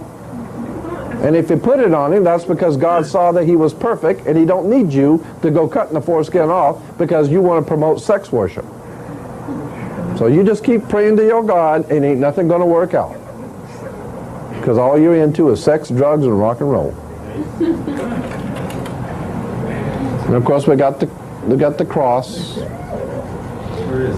And the cross was called the key to life. The key to life, and there it is, the key to life. And it was the key to life. There's the female and there's the male. And that is, of course, the key to life. And here's an Aztec god, an old Aztec god. This is an old Aztec god who dies on the cross. I've got about 25 different pictures of ancient gods in the prehistoric and ancient world who died on the cross. So the whole idea of a god dying on the cross, that ain't nothing new. Hell, the Aztecs had that. The Messiah who dies on the cross. And we get into that. I'll explain that later if you want me to. I'll get into the astrotheology, explain to you where all of this symbolism came from. If we have enough time, if you want me to, I'll get into that later. Here we have the old Babylonian Sumerian symbol of the sun with two wings, the winged sun. Remember how the Bible says, Jesus said, I'd like to gather you under my wing, because the sun, God's sun, the light of the world. The sun always had wings. And that's why in America, Freemasonry in America is referred to as the Sun Order. And Freemasonry is referred to as a Sun Order. And that's why in America we only have left-wing and right-wing politics, the two wings of the great Sun Order. Which came from France. Yeah, French Grand Orient Temple Masonry. That's why our colors are red, white, and blue from France. And of course France got the red, white, and blue from Solomon's Temple. Red, white, and blue covered in black. And there it is again, God's sun with the wings. Here is the worship of Osiris with the Ka symbol on the Ka, or the raised hands, the Ka symbol, which symbolized the worship of Osiris or the worship of the sun. Raised hands. Here's Horus, of course. Horus. Here is it's actually, the symbolism is the sun in the constellation of Aries, the ram. The sun for the 2,125 years in the age of Aries, the ram. Consequently, today the Hebrews blow the ram's horn because they're worshiping the ancient god of Aries, the ram, God's son. And so today we see the Hebrews blowing the ram's horn, and oh my God, that is so holy and so righteous. And they got the big Peter heads blowing the horns, and it looks so holy and righteous until you figure out what all this is. That's the same old worship of the ram god of Egypt. And the idea is that the Messiah was being celebrated. The Messiah is the Son, God's Son. S-U-N, not S-O-N. God's Son, the light of the world. Of course the Son's the light of the world. Well, he is risen. Well, that's what the sun does. Every morning it rises. Yeah. Well, yeah, and the ancient Egyptians said as long as the sun rises every morning, there will always be life on the earth. As long as the sun comes up on the earth, there will always be life. So consequently, the sun became synonymous with everlasting life, because the sun, God's Son, will guarantee you everlasting life on the earth. Not for you, because you're going to die, but on the earth, there will always be everlasting life. But not for you. So in other words, as an individual, you're going to die, but the earth will always have everlasting life as long as God's Son, because that's his gift to the world. And consequently, they realized that all the life on the earth, all life on the earth comes from the sun. And the sun was giving energy. It gives out its energy so that the plants and you consume the energy and you stay alive. So therefore, God's Son is giving his life energy. He's giving his life so that you may live. Well, And I say, bring me some stuff like that. Well, you better go back and read this stuff right, because there ain't no Savior coming to save you. He's already here. I'm talking to it. You look in the mirror, and that's it. That's as far as it goes. And if you don't stand up for yourself and act like you were created by God and start acting like a creature of God and serving God in spirit and truth, then that God you don't expect him to come help you. But you will notice something. If you do start facing up to facts and do start turning inward inside of yourself and start trying to get spiritually straight with that universal God force, watch what begins to happen in your life. All kinds of strange things begin to happen. Doors open up, knowledge begins to open up to you, things begin to, it's almost as if you're being protected, and God is coming to help you, and you're opening your mind up, and things are starting to happen around you, and you don't know why it's happening. That's because you finally got it straight. Yes? Should we continue reading the King James Version?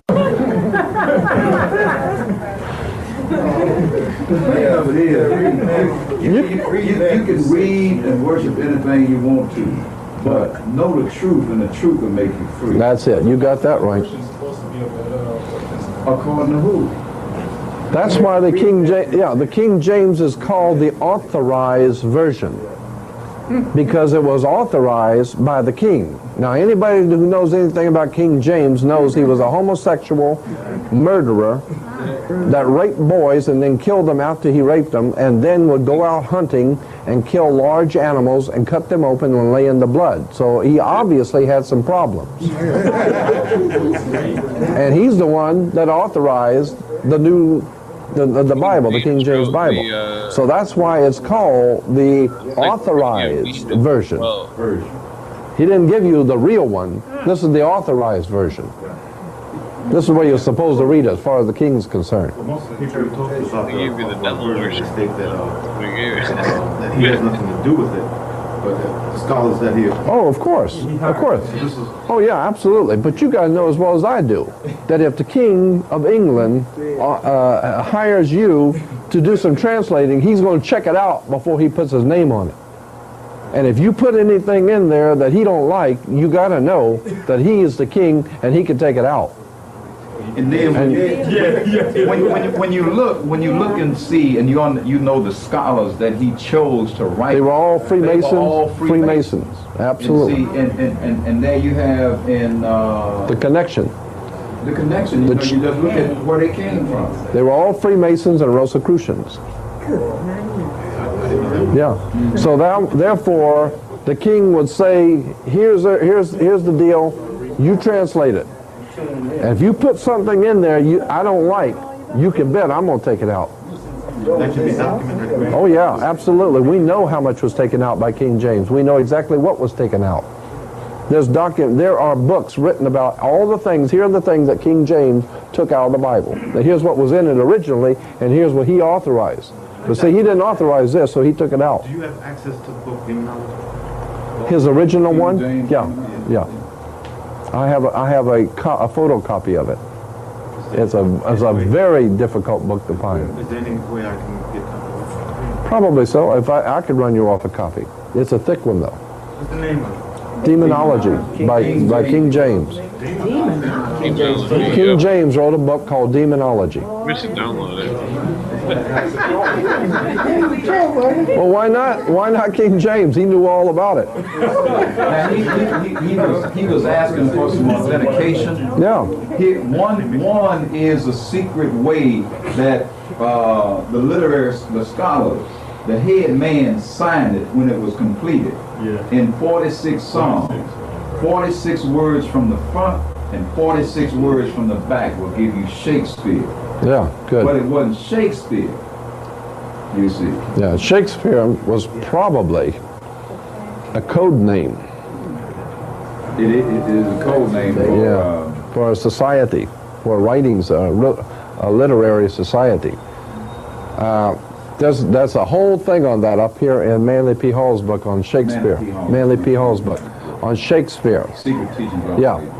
Where Shakespeare was not an actual man, it was the signature of a society, a secret society. And if you spell out their agenda, it spells out Shakespeare. So it was like a writing society that was promoting an idea, and they made it look like it was one man's writing. But the idea I will get into later, but it has to do with the preeminence of the British over the rest of the world. The British and the English. British comes from the Hebrew word berith. Berith means a contract or a covenant, and ish means man or men. Therefore, British is berith-ish, which means the men of the covenant, or the men of the new covenant. And the men of the new covenant are going to be, and the new covenant, of course, is the New Testament, which is the promise for a kingdom that will unite the world, God's kingdom. And it will unite the world. That's why England is called the United Kingdom. And when the King of England is crowned, listen to what the Archbishop of Canterbury, when he reads to the new king his oath of office, it says that something to the effect that you are taking this position of King of England for Jesus Christ. And until such time as Jesus Christ comes back, you, the King of England, are King of Kings and Lord of Lords. And see, if Jesus don't come back, then you're God. You're as close to God as anybody's going to get. Yeah. But that's interesting when you see that the King of England is the vicar of Christ, and then the Pope says, wait a minute, what just went on here? You say you were the vicar of Christ? And the king said, yeah, that's me. I'm standing in for Jesus. And the Pope said, what you think I'm doing here? Yeah, you got a problem here. And so they broke apart. How sincere was the Pope last week on abortion? He did some articles on he don't think it was very humane, that a great danger going to happen if they keep up this abortion. Well, of course there's a great danger. You're going to be killing Catholics. Hell, he needs Catholics. That's it. And the more Catholics that die, and the more Protestants that are born, that's the whole idea behind the abortion thing. The Catholics don't, the Pope does not want abortions because he don't want people killing Catholics. He wants Catholics to have 6,500 babies. Because every time you have a baby as a Catholic, that's one more vote for the Catholic. Catholic and Masonry. They're very much connected. Yeah, the Catholic Church is a Masonic, Semitic Masonic order. That's why the Pope wears the Jewish yarmulke. They still don't have any conflict. Yeah, that's right. I'll get into that later, showing you how both of them know that there's no conflict at all. It's ordo ab chaos, order out of the chaos. Here is another classic example. This is the ancient Incas. And they're up on the altar. There's the altar. And they're worshiping God's Son on the altar. So when you go to church and you see the priest up on the altar and he's worshiping God's Son, just remember, hell, the Incas were doing that 1,000 years before Christianity. Incas, Mayas, Aztecs, the Toltecs of Mexico, the Egyptians, everybody else, they all worship God's Son. The light of the world. Well, of course the Son's the light of the world. Well, just as you have seen him go away on a cloud, he will come back and return on a cloud. That's right. Go out here in the ocean at night and watch and see if the sun don't leave the world on a cloud. And check it out tomorrow morning when it comes up in the morning and see if it don't come up on a cloud. So just as you see him leaving on a cloud, that's the way you're going to see him coming back, is on a cloud. Well, yeah, but that's just the sun. Well, that's all we're talking about, Jack, is just the sun. From S-O-N, I mean S-U-N to S-O-N? That's right. That's right. That's where the confusion comes in. It was originally S-O-N to S-U-N. S-U-N is S-O-N. Sun, sun. Yes. You transpose the word. And one is real and one's a symbol. And Jesus is the symbol of the Son, God's Son. That's why he has 12 helpers.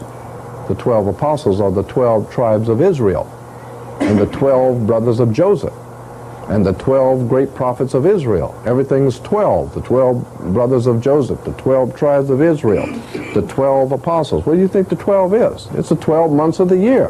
The 12 constellations, the 12 signs of the zodiac.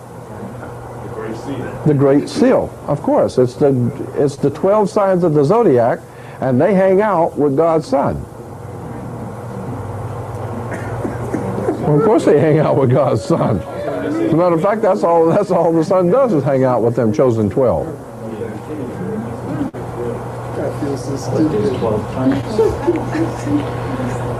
And that's why... Well, I'm reading a book, kind of, well, skimming through a book. I found this book. It's interesting because it says the Devil of Woodstock. It's very interesting. But it's talking about England, Woodstock. Remember the stories? The story is that Jesus was betrayed in the temple. Okay, this part of your brain up here, where your head is called your temple. And Jesus is symbolically the truth and the light. He said, "I am the truth and the light." He doesn't say, I represent the truth and the light. He said, I am the truth and the light. Because the sun is the truth and the light. Because at nighttime you can't tell what's going on. But when the sun comes up, that is the truth. You can see it right here. You're in the light. And so therefore the sun says, I am the truth and the light. Therefore, if you turn away from the truth, when someone's giving you the truth, but you can't handle it, and you turn away, and you turn back, that's the way you react to something that's too bright. If the wisdom that's being given to you is too brilliant, and you can't handle the light, you turn away from it, because that's too bright. That's it. So therefore, that's right, you can't handle the light. So the point is, you just put to death, you just caused and made the judgment. You made the judgment to put to death God's Son. Where? In the temple. You just decided you don't want to hear it no more. That's it. So you just give him the judgment. He's going to die. Now when he dies, where does he die? Where does the truth and the light die? In your head. Skull place, Golgotha, the place of the skull. Is that the tree of life going up your chakra to your brain? Oh yeah, the tree of life is the chakra that goes up to the brain, right. Is that in relation to George Washington cutting the tree and keep it from blooming maybe? There's all kinds of connections can be made. But I'm just saying that that's where we put to death God's Son, is in Golgotha, a place of the skull. Nice way of saying no. In other words, in your head. That's why you put the light and the truth in your head. That's why I say my people are destroyed for the lack of knowledge. So the original version of the Bible, what's happened? Where is it? I don't know what's happened to that Number one. one, what is the original version? Yeah, that's the big question. And then what happened to it? Okay, you said that there were parts that were left out. Yeah. And, okay, and you said you have access to those parts. Yeah. So, but that's not even important. What is actually important is the original, not even the one that King James got a hold of and he messed up, but you need to go back to the actual original writings from whence the Bible came from. If you go back to those originals, now that's where you're really getting into the serious stuff. And that's the Naj Hammadi manuscripts of Egypt, That's the Dead Sea Scrolls of the Qumran community. Right. And then once you've gone through the Nag Hammadi manuscripts, the Nag Hammadi library in Egypt, and the Dead Sea Scrolls, and find out what's really in the Dead Sea Scrolls, then you're ready for Gerald Massey and Albert Churchward and Godfrey Higgins, and the whole story begins to open up big time. Right here. I can give you the books right over here. Gerald Massey. That's it. Once you've got that, yeah, then you wake up and find out that there's a whole world of knowledge that you haven't been told. And they figure that that's I've had priests and ministers tell me that kind of information right here is on a need-to-know basis, and poor folks don't need to know. They all know it. If they went to seminary, they know this. Why do you think they call it a seminary? Cemetery. What's the name of the seminary? Seminal fluid. That's it. Another one.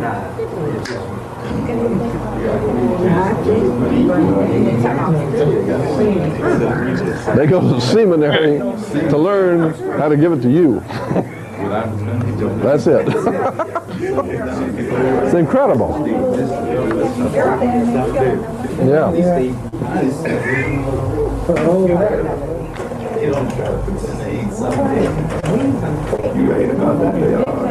When we're told that the Messiah dies with the crown of thorns, remember? Okay. Now the crown of thorns is like the Statue of Liberty has the crown of thorns. Because the sunburst is a crown of thorns. Right. See? The rays of the sun. All these are ancient. Here's the old ancient Syriac god in the 1st century. See the rays of the sun? Here's the crown of thorns, the sun rays. The rays of the sun are the crown of thorns. The Statue of Liberty has the crown of thorns.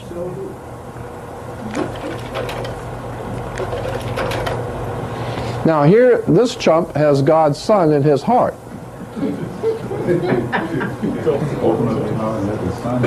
That's it. So therefore, when you hear Christians say, I've just got the Lord in my heart. You say, well, shoot, man, lots of people got that. But the Son in your heart. Now here is an Aztec priest. Now you know, people, you've heard Christians say, you've heard church people say that they have given their heart to the Lord. Right. Yeah. Okay, I'll show you where that comes from. Here's where that comes from. The Aztec priest offers up the heart of a sacrificial victim to the sun god. There's God's Son. See? There's God's Son. See the fire? And there's the sun. And here's the priest, and he's offering up some chump's heart. See? So he's offering up a heart to God. Now, of course, he's not offering up, incidentally, he's not offering up his heart. He's offering up somebody else's heart. Yeah. Yeah. Now, here he is. See the Aztec human sacrifice. He's offering up his heart, somebody else's heart, to God's Son. So whenever you hear somebody say, yeah, I gave my heart to the Lord, well, that chump did too. But he didn't give it willingly, but he gave it to God's Son. So that's why it don't impress me to hear somebody say, well, I gave my heart to the Lord. Oh, are you kidding? Only for a few moments, though. Not for long. That's what the Aztecs used to do. They cut open the chest and pull out the heart and offer it up to God. They give God's Son their heart. You remember that temple of Dagon? Yeah. Mm-hmm. Now here is the fish god Dagon from the old ancient Hindu. Dagon. Or Dagon. Dagon. Yeah. What's the big muscle guy? Arnold Schwarzenegger. Yeah. Oh, yeah. When he's gonna raise Dagon with the horn in the head. Yeah, right. Well, there it is. And that's where we get the story of Jonah and the whale. Goes back to the ancient Hindu. The Hindu, we're talking about 3,500 years before Christianity. The Hindus had the story of the great prophet who was swallowed by the fish.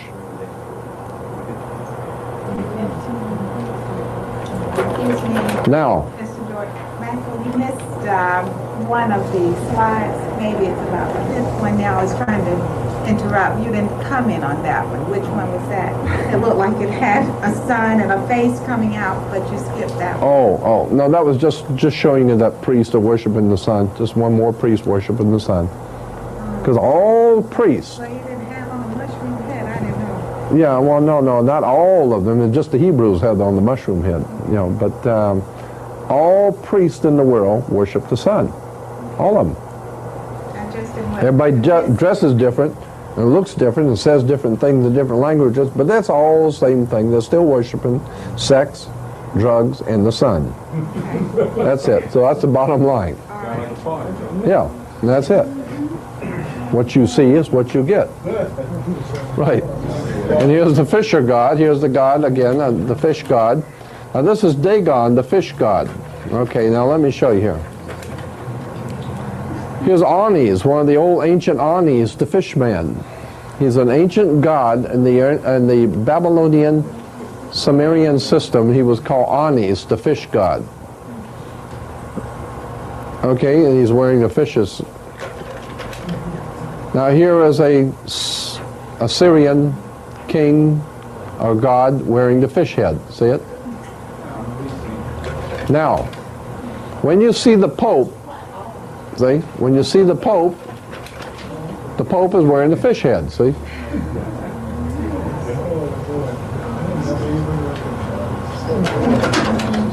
So here's the chump wearing the fish head. And there it is. You should have known there's something fishy about this thing to start with. Should have smelled something wrong to start with.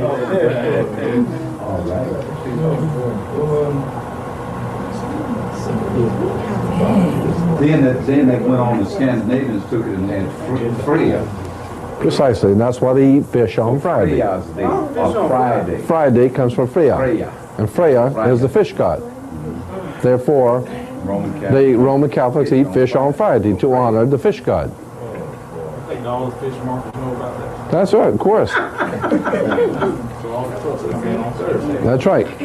And that's why all the fish markets are not going to care that I'm out here blowing the whistle on them.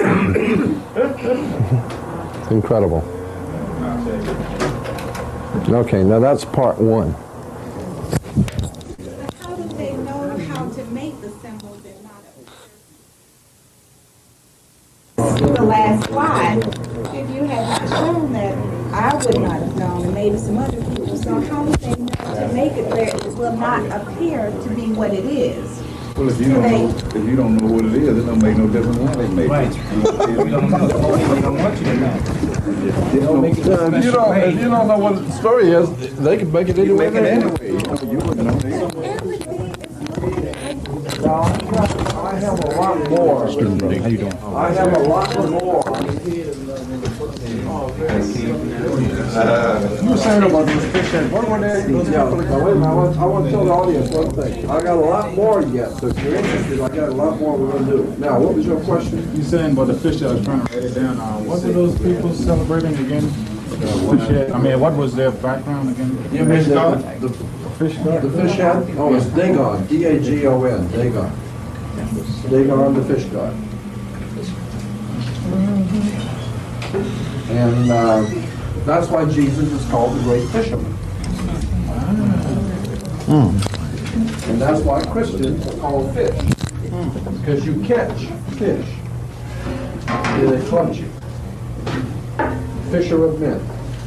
You got caught. And that's why they say you got caught by pulling the wool on scribbling, the lamb. The lamb pulling the wool over your eyes. So the lamb don't really have no real significance other than that. Well, the lamb has a significance, yeah, it does. It goes back to the old Sumerian worship of the sun as the lamb. That was the sun when it dies in the winter was like a sacrifice, and consequently they sacrifice the lamb in relation to the sun. But I'll get into that later too. Incidentally, if you understand that the 12 apostles represented, okay. Is that restaurant next door open? Yes. Yeah. Could somebody get a couple of those drinks that we had here before? The ginseng? Yeah, the ginseng. Somebody could go over and get a couple of the ginseng Your drinks. next was on the ginseng. And then I'm going to get on with this. Heavy with it.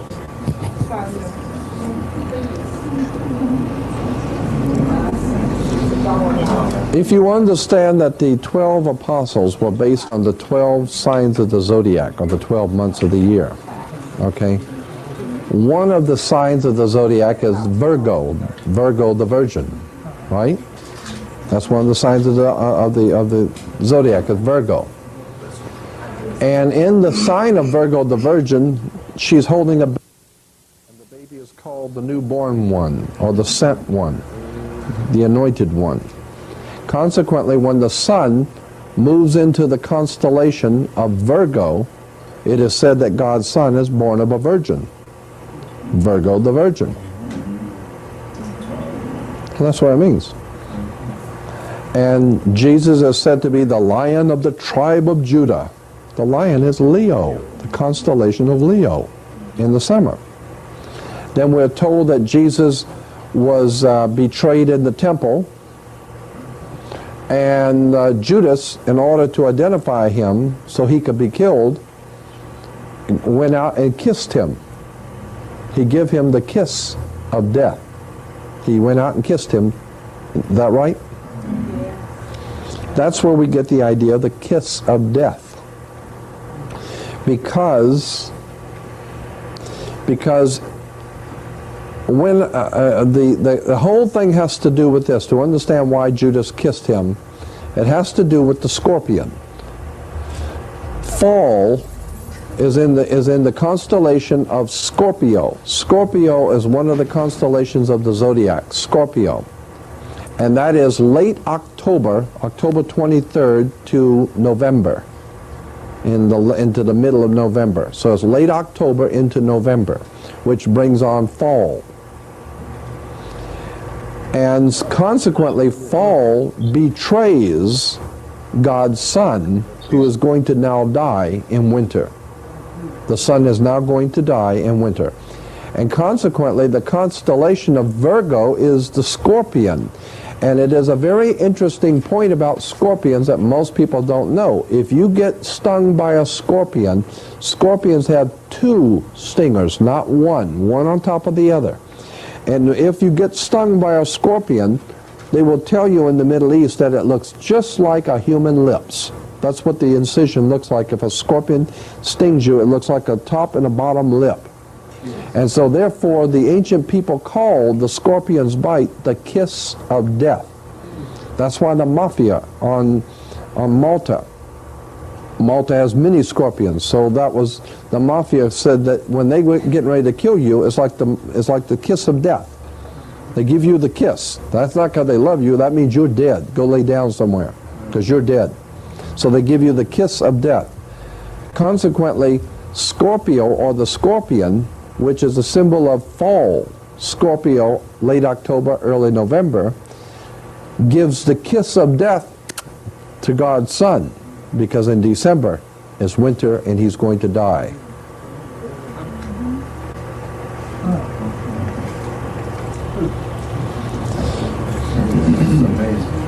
And then I might as well go and finish this off. I'll finish this off. Something happens in December that's very interesting that most people don't know. The ancient people knew it because they saw it. We don't know it. The calendar, the round sun calendar, like the Aztecs, the Mayas, and the Incas, and all the Egyptians, everybody had those round sun calendars. The calendar had 360 degrees or notches in it, 360 of them. It was called a 360-degree circle. And then they had the stab in the middle, which was the sundial. And so each day the sun would hit the stab and hit on a degree. And so each day the sun would move 1 degree. Each day the sun would move, and I'm going to go back to the pictures in just a minute. Each day the sun would move 1 degree on the round sundial. And at the end of the year, it would start here. At the end of the year, it would have moved all the way around to the 360th, and that's what we call a solar calendar, 360 days. But they didn't work out, so the Egyptians added 5 days, and today we call it the calendar we have now is 365 days. But the point is that every year the sun moves further and further south, and the further it goes south, the colder it gets, until finally it hits the lowest point, I guess this is south, the lowest point in the southern sky. And when the sun hits the lowest point, and it's not going to go any further, that happens on December 22nd. December 22nd, the sun moves into the southern sky at the lowest point. Right. And so on December 22nd, on the sundial, the sun hits on a particular degree. And on the 23rd, it's still on the same degree. And on the 24th, it's still on the same degree. The sun does not, it goes all the way down. Each day it's moving 1 degree each day, until finally it hits down at the lowest point, and something happens where it does not move on the sundial for 3 days. For 3 days it comes up, and on the sundial is on the same degree. The ancient people said anything that's been moving all year long and has stopped, it's dead for 3 days. So the sun is in his tomb for 3 days. God's son died for 3 days. That's right, because it was moving all year long, and it ain't moving for 3 days. That means it must be dead. And then on December 25th, the dial moves 1 time backwards, 1 degree backwards on the sundial backwards, which means now it's going to start coming back toward the northern hemisphere. It's coming back. So each day it rises and rises, and it's getting warmer and warmer until the first day of spring. So on the first day it rises is on December 25th. Therefore today we celebrate God's birthday, God's son's birthday on December 25th. That's right, because the sun was dead for 3 days. Now it moved again. So anything that was dead for 3 days and starts moving again has got to be born again. So therefore we're all going to be born again. So now the sun starts coming back to the northern hemisphere because we done celebrated his birth, and he's born on December 25th. Now as the sun's coming back and it gets up here to the first week of spring, all of a sudden life comes back to the earth.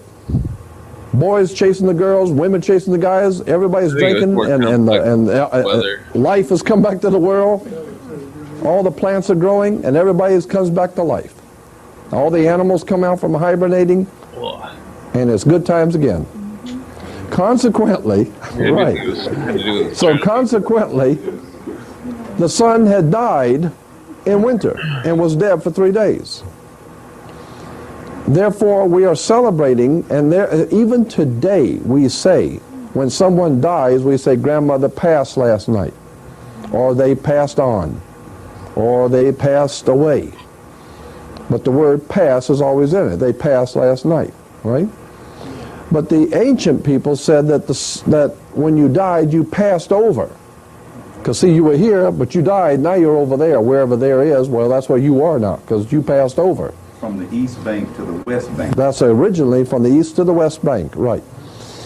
But the point was that you had passed over to another life. Therefore, the sun was dead in winter. It's come back in the spring. So the ancient people, 2,000 years before Hebrews ever existed, they celebrated the first week of spring, and they called it the Passover. So today, we celebrate the Passover, a very holy occasion. No, it's the first week of spring. Damn. Ain't nothing holy about that. First week of spring. And then the Christians celebrate the resurrection. Of course the sun's resurrected. It was dead in the winter, and it come back in the spring. Now it's resurrected. And therefore, you got to have, now you understand where the Passover comes from. The Passover is nothing but the sun that passed over from the death of winter to the new life of spring. It passed over. I don't know what's so special about that. It happens every year.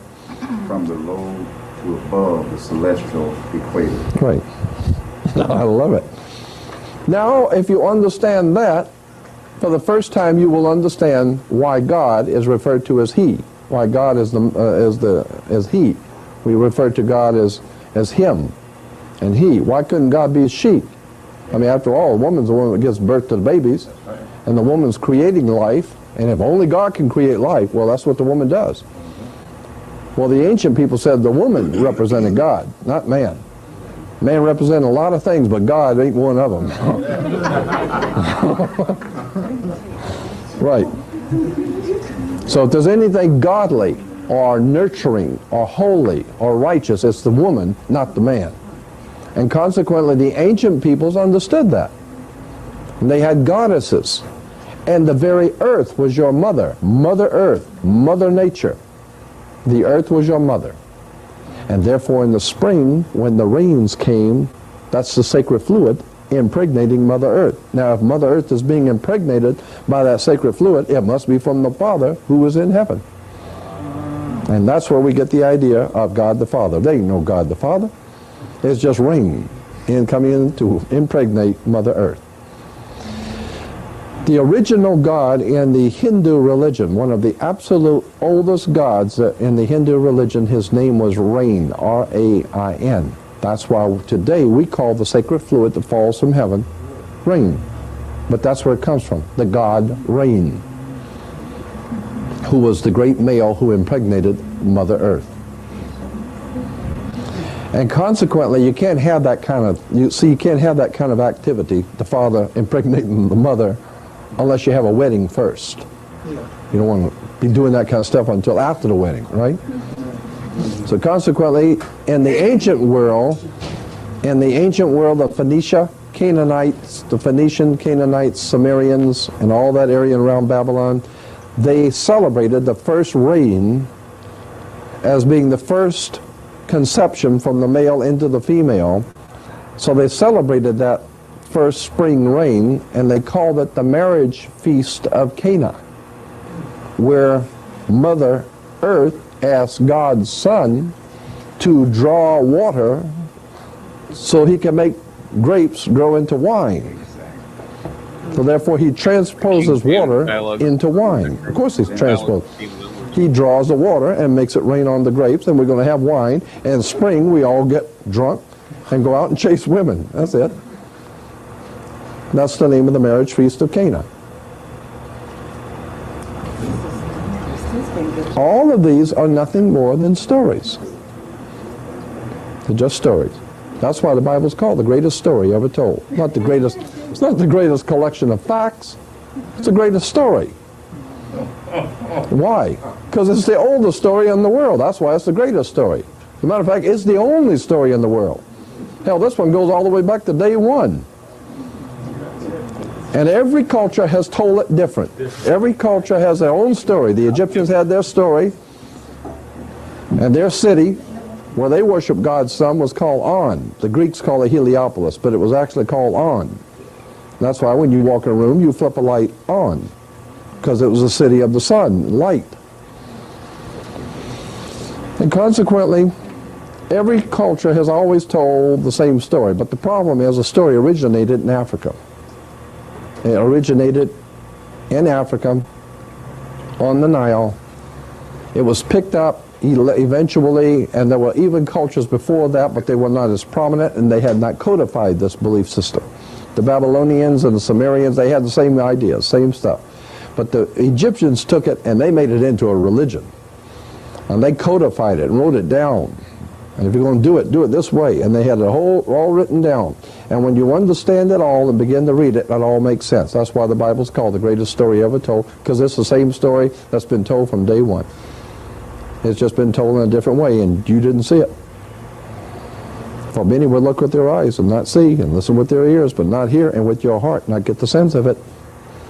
What's the name of Africa before it was called Africa? There was, Called something else. yeah, I know. There were two words for it. One was called Chemi, from which we get alchemical or chemistry. But there was another. Wait a minute. The land of Syriac. Yeah, the Kebulan. Yeah. And well, that's right. Yeah, but it wasn't called that. But I'm saying that it was referred to by many people as the land of Syriac. from. They said the word Africa is a French. It was just made. Well, yeah, the word today, Africa, probably is because. Yeah, what? Alpha comes from the Greek for black. Alpha. Then you had in here Alpha Ruth. Ruth is birth canal. That's what the yawning symbol was called. Yeah, of course it was. Yes. It was called Ruth, from whence you get the name Ruth. Yes. All right. Then Ka. And then you get the word truth from Ruth. Afruika. All right. The black soul mother. Yeah. Black mother soul. That's according to J.A. Rogers. But there's also many, many other writers, many other authors, many authors. Yeah, we haven't been told half of it. Oh, wait a minute, I got the wrong thing here. Let's start with this one.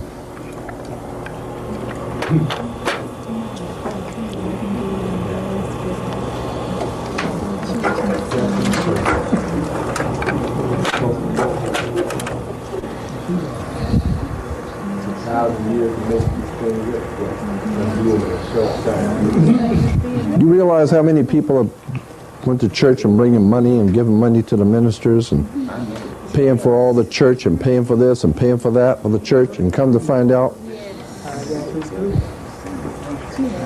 and all the time the ministers know this.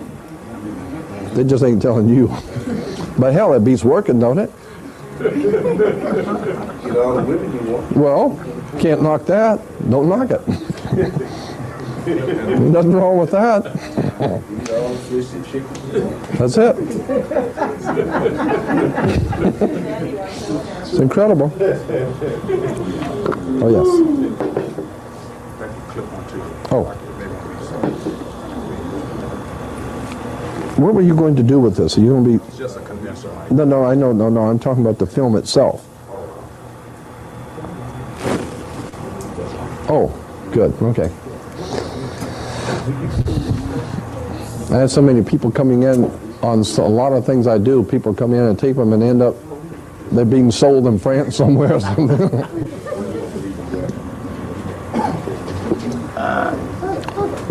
They're yours, that's all right.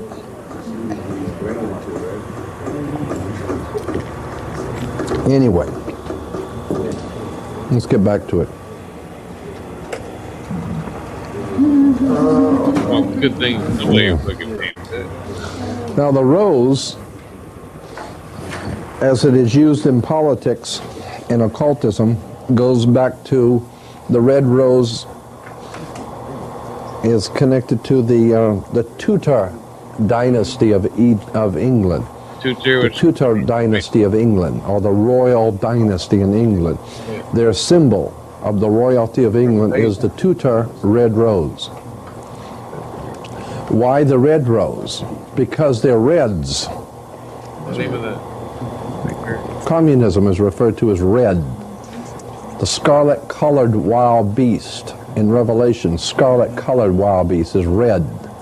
And therefore the rose is the red rose of socialism and communism, which is the brains, is England. England is the brains behind socialism and communism. The Soviet Union, all of this communism going on, socialism, it's all British royalty. They're the ones that come up with the idea. They're the ones that had to finance the Bolshevik Revolution, the Communist Revolution. And so all their friends here in New York City, and all the big shots in New York City, Chicago, Citicorp Bank, and all that gang, all of them, they all put their money in with the British royalty and finance all the socialist movements throughout the world. What was the purpose in doing that? To collectivize labor. To collectivize labor. That's why you have a painters union, plumbers union, and the Soviet Union. It's one big union. One big union. Everybody works for the boss. Remember the Union Army? That's right. Exactly. It's to collectivize labor. Get everybody in the world to work for you. And therefore, we'll have God's kingdom. Everybody will be on their knees, and we're going to smoke cigars in New York, up there at the Waldorf Astoria, and the Queen of England will make another billion, and the Rothschild, House of Rothschild will make another 100 billion, and all the poor folks will never wake up, and they'll never suspect, because they're waiting on the Lord to come back. And they ain't never going to see it coming. Well, is it true that the Social Security number is the mark of the beast? I don't think so, but I could be wrong. I think the mark of the beast, I have my own idea about what the mark of the beast is. If it is not the mark of the beast, it's a good try. It don't miss it by much. You know, it's a good one. But I don't think that's it yet. I'll tell you what I think, and this is just what I think. In Freemasonry, in world Freemasonry, there is a faction, there's a particular kind of Freemasonry connected with the York Rite, which gives us New York. New York comes from the York Rite, or the Duke of York, or York Rite in England. And the symbol for the York Rite is called Mark, M-A-R-K, Mark Masonry. M-A-R-K, Mark Masonry. And in ancient England, when the Freemasons would build something, that would say they would put their mark on it. And that was a Masonic mark. So when they would build something or great sculpturing or a picture of something, whoever did it would put their mark on it. And the symbol for Mark Masonry is the triangle within a circle. And that's what I think is the mark, is the triangle within a circle. And since you brought that up, I'm going to show it to you right now.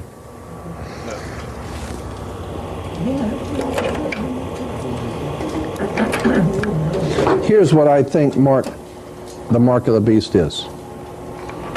Since you brought that up, let's look at it. Because that's the first thing on this is the mark. Here it is. There it is. Oh, right there. That's the beast. Yeah, that's it. Yeah, as a matter of fact, huh? Yeah. Right over to, oh my goodness. There it is. See it? The circle and the triangle. Okay? Oh my goodness. Now, let's see how that works out. Here it is again. The triangle and the circle. The circle has to do with the sun, and the triangle has to do with the pyramid. Because the pyramids were always used in relation to worship of God's Son.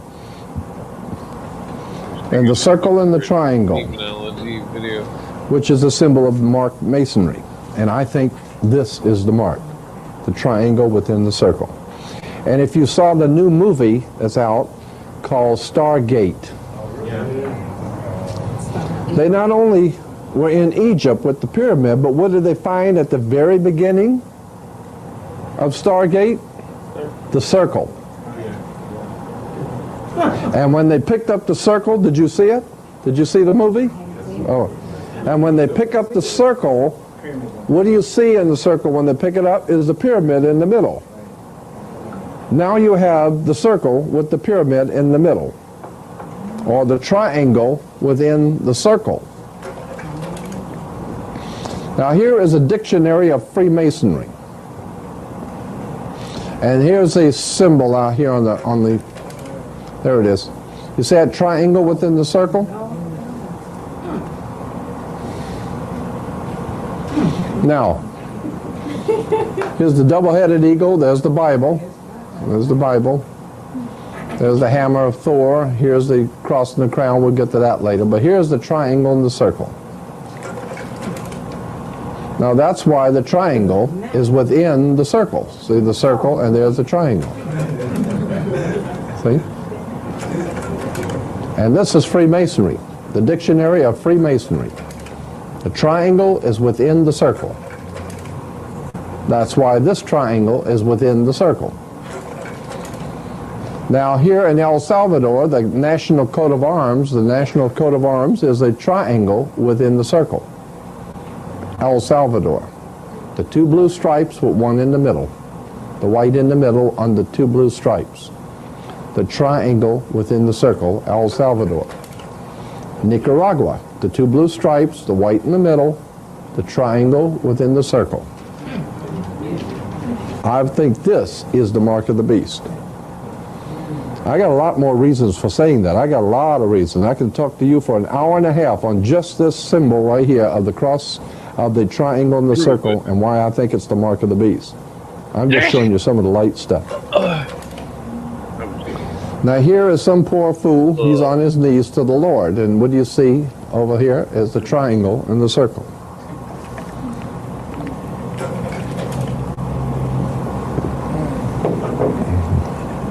There's the Masonic Lodge, and over here you'll see the triangle and the circle again.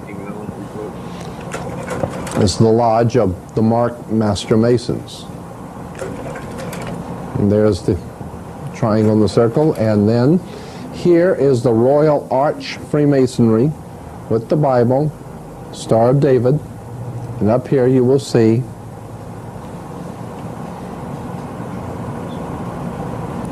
up here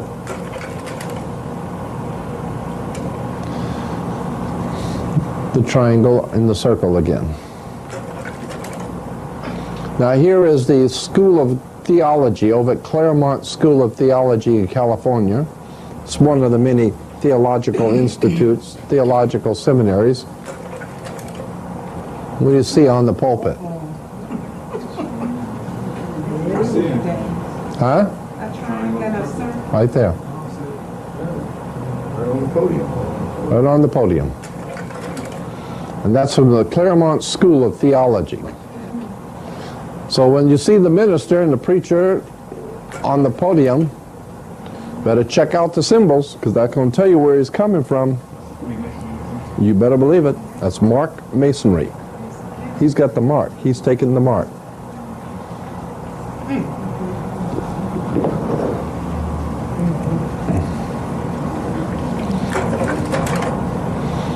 Just give you an idea how you see this all the time, the triangle within the circle.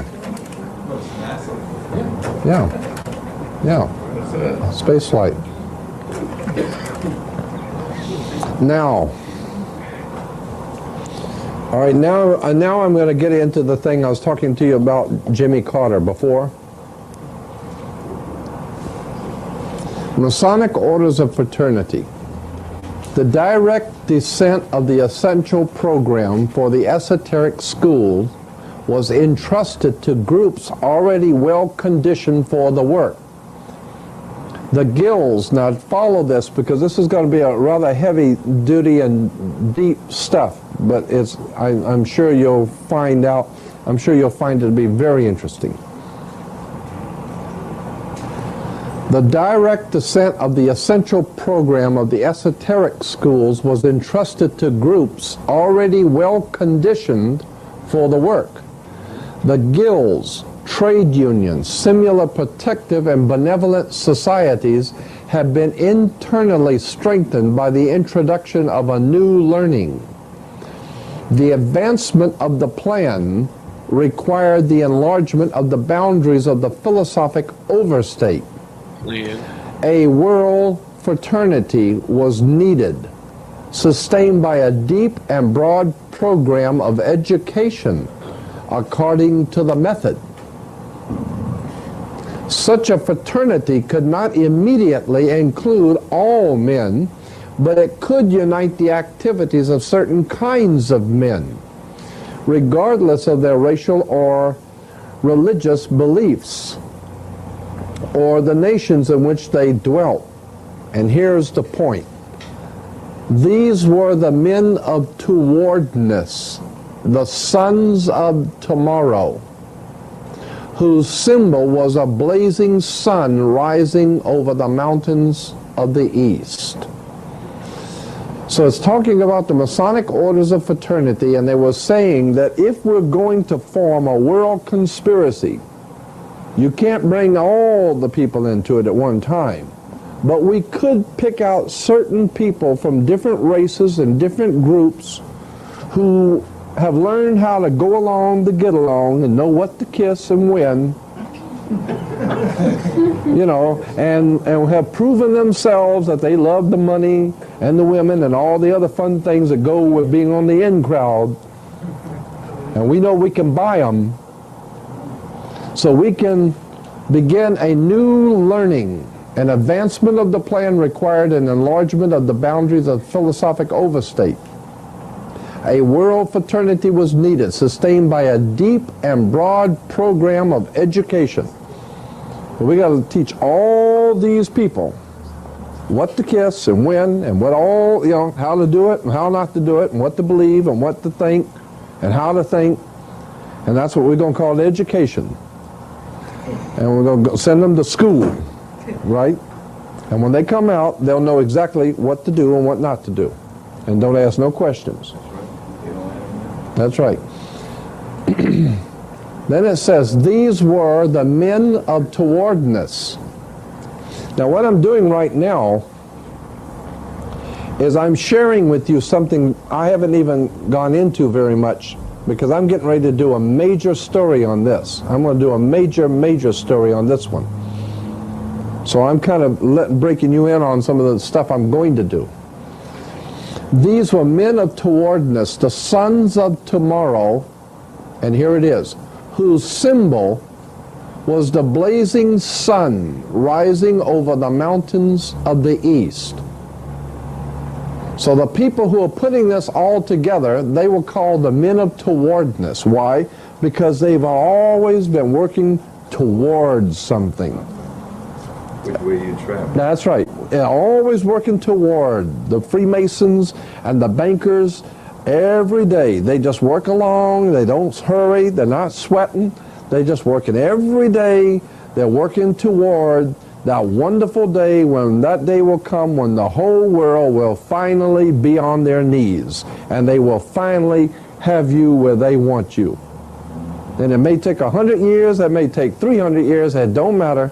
They just every day are doing their thing, working toward the day when they're going to own you.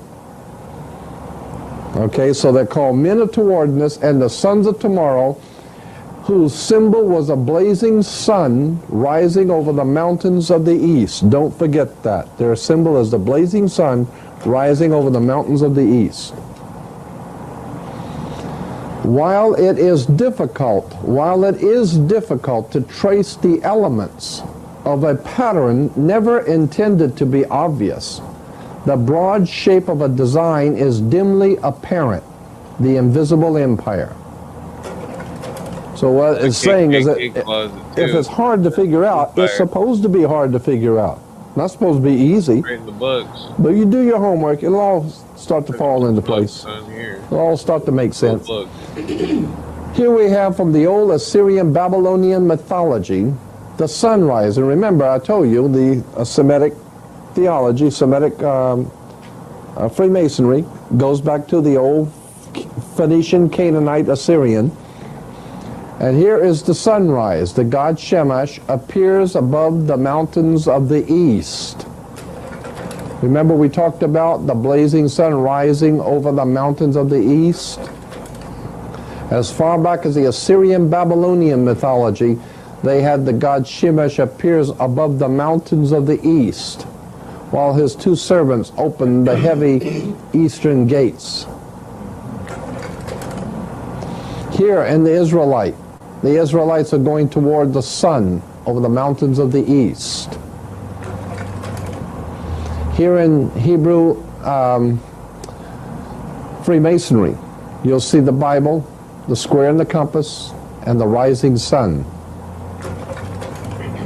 Here in the book, 9.5 Mystics, the Kabbalah, today, we have chapter 9 is the way of one who is caught between the suns of a dying and a dawning day. So when you talk about the Hebrew Kabbalah, chapter 9 is the way of one who is caught between the suns. One sun is the dying and the one sun is the dawning day. So it's the son of the old son who's dying and the new son who's coming. Here is the chair that George Washington sat in when signing all the documents to found this country. And up here, well, here it is. So this is the same. Here's the chair with the sun. See the sunrise on it? But now at length I have the happiness to know, says Washington, that it is a rising and not a setting sun. Remember, the one who's caught between the suns. And he's saying, now I'm happy to see that what we're doing is we're working on the rising sun instead of the setting sun, because I thought we were dead, but maybe we're on our way up then, right? So these are the priceless relics of the Constitutional Congress, the rising sun chair, used by George Washington. So he said it is a rising and not a setting sun. Here is from the Encyclopedia Britannica an article on Russia. And down here I photocopied this, enlarged it. So this is taken from the encyclopedia, and this is the flag of Russia, and this is the Soviet Union's coat of arms. Okay? Here is what the coat of arms says. First of all, the flag of Russia is a Russian, the red stands for revolution. Of course, it goes back to Rothschild, red shield. Rothschild is red shield. But the coat of arms, what do you see there? The sun coming up again? The coat of arms carries the motto, workers of all countries unite. The hammer and the sickle represents the spread of communism. Now watch this. You see the sun, the rising sun is a symbol of the dawning of the new day of communism. Now you're going to see how important this is real soon. Because we're talking about God's Son who's going to come back and bring the kingdom. God's Son. Well, just get ready. The coat of arms, the Soviet Communist coat of arms, the sun rising on the earth, it says the rising sun is a symbol, and these are important words, that's why I'm rereading them, is a symbol of the what? What is that word? The dawning of the new day, end quote. Okay? Now can we have the lights for 1 minute? Not two, just one.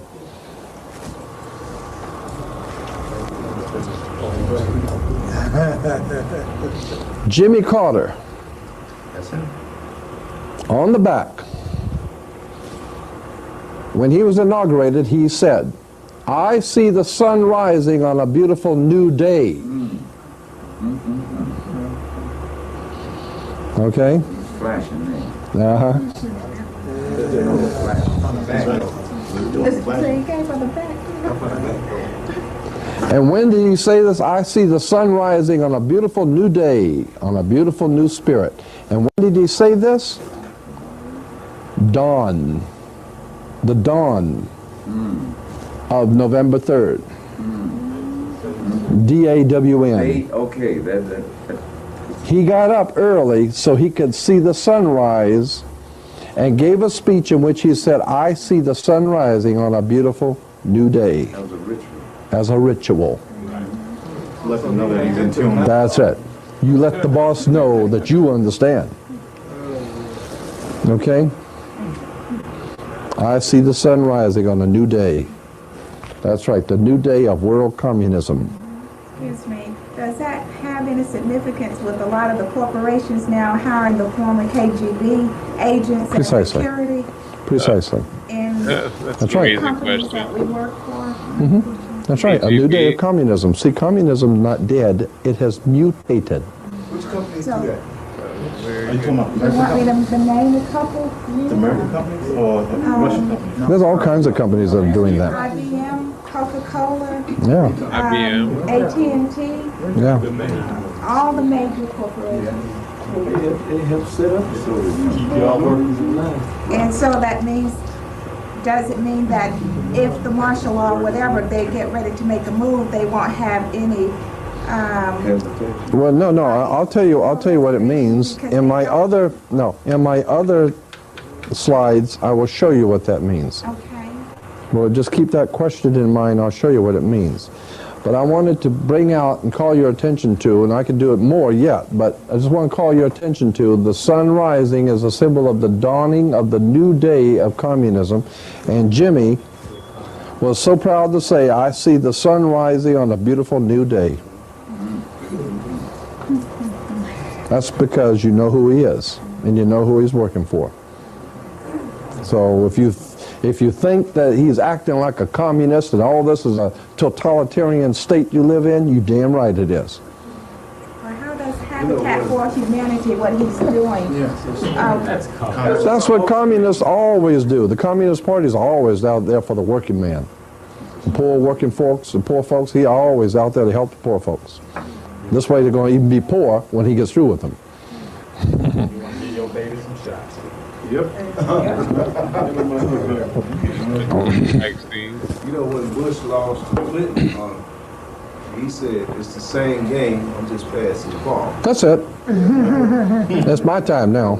That's right. I heard that houses that they built for the people, that if you die, it goes back to the either Jimmy Carter or the people that own it. Sure. So therefore, all the work that you put into it, you're really not gaining anything from it. That's all right. That's the way it is in life. That's it. Well, that's the way it is right now. Do all you want out there. You don't know nothing. You don't know nothing. If you don't have Lodial title on anything, you don't know nothing. There's a world of difference between getting a title. You're really not doing anything. No, I know. So, you know, it may make it seem like he's doing something, but all the money is going to go back to either him or his family. That's right. That own it. That's why New Day was put in quotation marks. That's right. So-called New Day. Just one important thing on the Lodial. Do you create the Lodial title, or you go get one from the person who's trying to own your property? No, you have to get it when you buy something. If you buy a car, you have to, you have to get it from the company. Well, whoever you buy something from, you have to buy it and get a Lodial title, and they can give you a Lodial title. They just don't let nobody know you can do that. But if you buy a new car, you can get a Lodial title. When you buy a home, you get a Lodial. Like person to person. No. That's different. But I'm talking about if you're buying something, you need a Lodial title.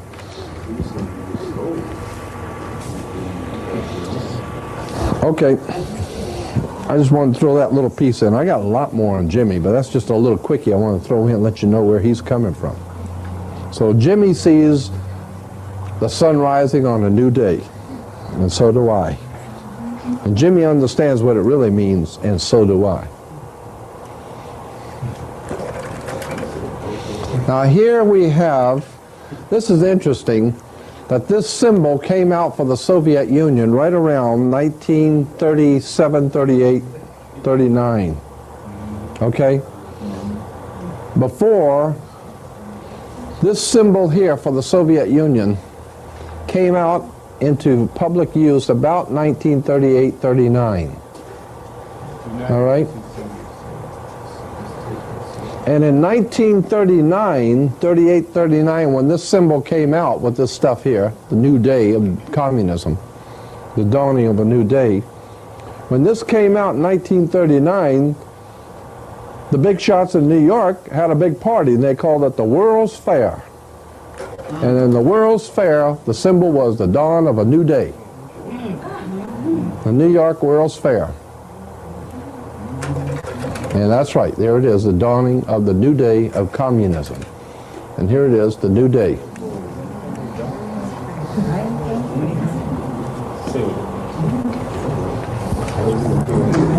And that's the New York World's Fair. New York is the Empire State, remember? The Empire Strikes Back.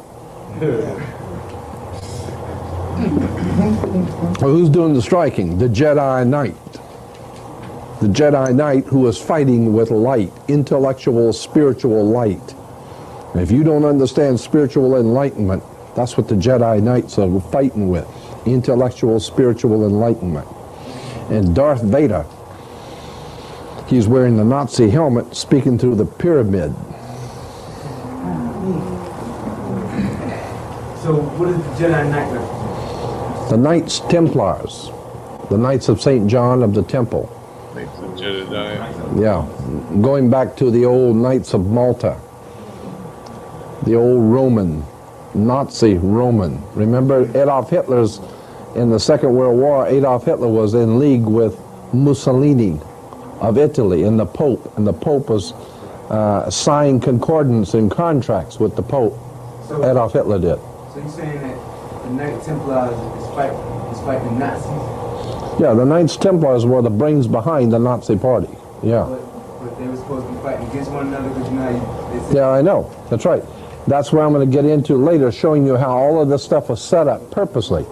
The different sides were set up purposely to fight each other. So Spielberg is really working for them. Oh, yeah. Well, that's how come he gets to be Spielberg. They're not stupid. There's that son of enlightenment coming up again. In Russia, there they are, all the poor people waiting for the sun to rise on the new day. Yeah. And here's the Peace Festival at Lenin Stadium in Moscow. Now here is the, so this is a $50, I think. The Liberty Dollar? Is this the Liberty Dollar? Yeah, Liberty Dollar. This is the American Liberty Dollar, okay? And here's Liberty walking toward what? The sun. With the crown of thorns, incidentally. And the book says she is moving what? Toward the dawn of a new day.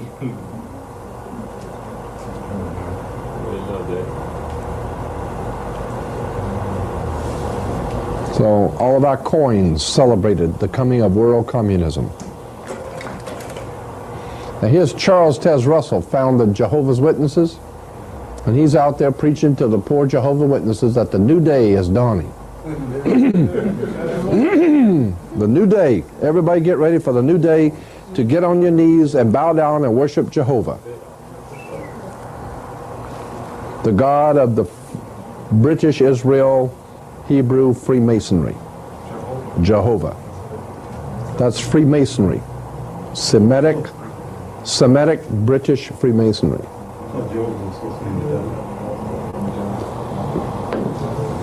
But now, in my book, he is.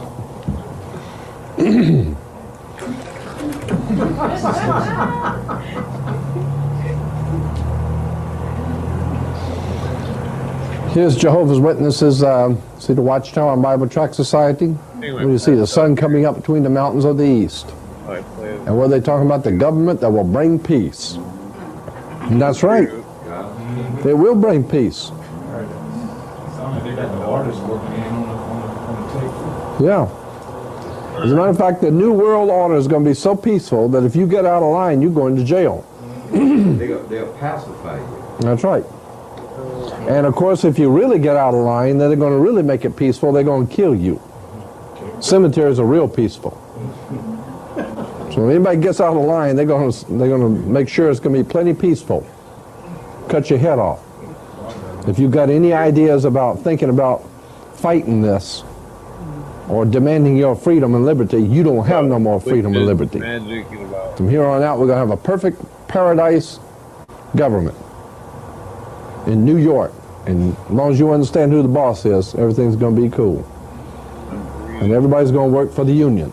Soviet Union, the Labor Union, and the New York Union.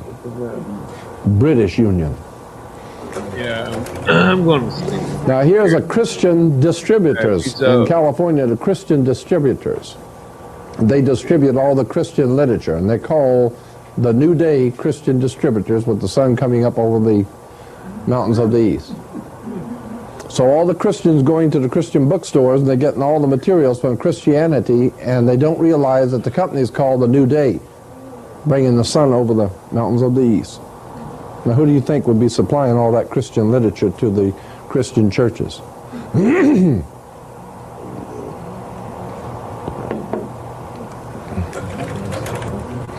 Here's Richard Nixon. When he was president, he had a medallion struck for himself, and he's called the New Day for America, a new dawn for peace. New day and the new dawn. Of course, he tripped up a little bit and screwed up. Yeah, made somebody upset. Yeah, he made somebody mad, screwed up. So they said, "Fool, you ain't gonna see no new dawn. You going home now. You ain't gonna see no new day." Yeah, him and BB. Now here in the movie 2010, if you remember 2001, that's the shape of the United Nations building. It's called the Smooth Ashlar in Freemasonry. Oh yeah. That's the UN building. And it's called the Smooth Ashlar. A smooth ashlar is a stone, a black stone. It has to do with the black stone of Mecca, the Kaaba. Right. All the black stones that were in the doorway of all Egyptian temples. That's exactly it. And that's why it's in the meditation room of the UN, of the United Nations, the black stone. Now here in a magazine, a cartoon magazine, on the, taken from this one, this magazine here, 2010, up here shows the sunrise in Egypt. No, this is in Washington, D.C. And here it is, the sunrise in the Soviet Union. And here it is in Egypt. And then down here, you will see the UN building perched upon, or sitting upon the waters of the nations, which water always represented the people. So the United Nations is perched upon the waters of the nations, or the waters of people. And down here in the bottom, it says, and unlike on Europa, a new day, unlike any before, dawns. A new day dawns. For the United Nations now rules the whole world, and it sits on many waters, like the Bible says, it sits on many waters, which means that it will one day take over the entire world, and we will be in a world communist state, and we will never, ever know how it happened, because we were praying to the Lord all the time, and never figured out how it happened. With your eyes closed. Mm-hmm. Amen.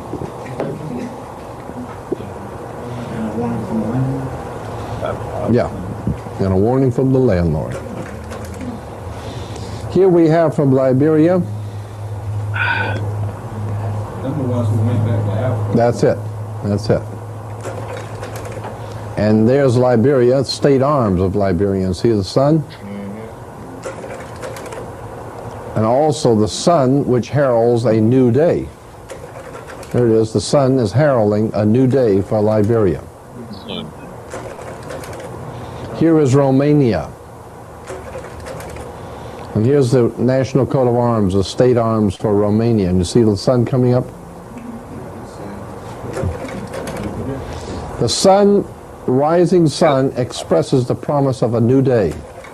There it is. The sun rising over the mountains of the east expresses the promise of a new day. Here's Mongolia. There is the guy riding on the horse toward the mountain with the sun. The horseman racing into the sun. This stands for the nation's advance toward communism. That's Jimmy said, I see a new day dawning. Yeah, because he's helping advance our country into communism. Pale horse. That's it. I hate to tell you that, but it is the pale horse. Pale horse. Yep. With Rotary's thing. Here's Malawi. Okay, Malawi. Malawi added the sun to symbolize the dawning of a new day for Africa. There it is. Masonic Freemasonry moved into Malawi. And the people never saw it coming. They didn't understand it, had no idea what it meant.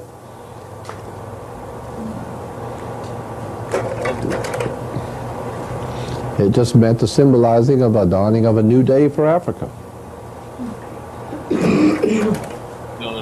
Afghanistan, same thing, sun dawning. Afghanistan, black, red. The main elements is the rising sun. Now here are class rings for high school and college kids, Sure. class rings. County. See them standing there seeing the sun coming up over the mountains of the east? County. These are class rings you get for high school. Sun coming up. This one's called a new dawning. See the sun coming up for the new dawning. Here's another one. The sun coming up over the mountains of the east. These same people are the one that control education. Bet on it. Bet. Reaching for tomorrow. Remember those sons of tomorrow? The sons of tomorrow. What do you see? The sunrise over the mountains of the east. Behold, a new dawn. A new dawning.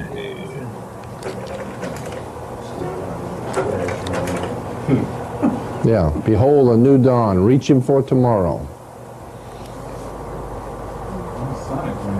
That's right, but those are kids' rings. High school and college. Yeah, I'm gonna double. That would be a fish mouth with it. No, it looks like an angel. Yeah, it could be, but it's the looks like a bird, and but it could be the fish too. Yeah. Now here is a book you have right up here. Excellent book. I just pointed it out to somebody over here. It's right here. It's called Secret Societies and Subversive Movements. Excellent book. If there's a copy left over here, you ought to get it because it's sensational. Here, see again, I told you it was from the Christian Book Club of America. So you can write them and they'll, you know. But anyway, here's the Secret Societies and Subversive Movements by Nesta Webster. And in it, Good book. she's quoting this lady who was a member of the Aleister Crowley group. The Aleister Crowley group was called Stella Matritina in England. Well, that's what it is. Yeah, And this one lady who was a member of Stella Matritina came out of it, and Nesta Webster was interviewing her. And she said, the lady said, the same initiate has communicated to me, this is Nesta Webster talking, the same lady or the same initiate has communicated to me the following conclusions concerning the group in question, with the permission to quote them verbatim. The lady who was a part of the Stella Matritina in England said, I have been convinced that we as an order have come under the power of some very evil occult order profoundly versed in science, both occult and otherwise, though not infallible, their methods being black magic, that is to say electromagnetic power, hypnotism, and powerful suggestion. And here is the point. We are convinced that the order, that's the Stella Matritina order in England, we are convinced that the order is being controlled by some sun order, after the nature of the Illuminati, if not by that order itself.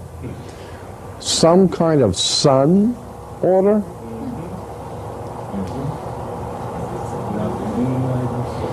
Right. So there is a sun order. An order of the sun. That goes back to Egypt. The ancient order of the sun. An order. Exactly. In ancient Egypt.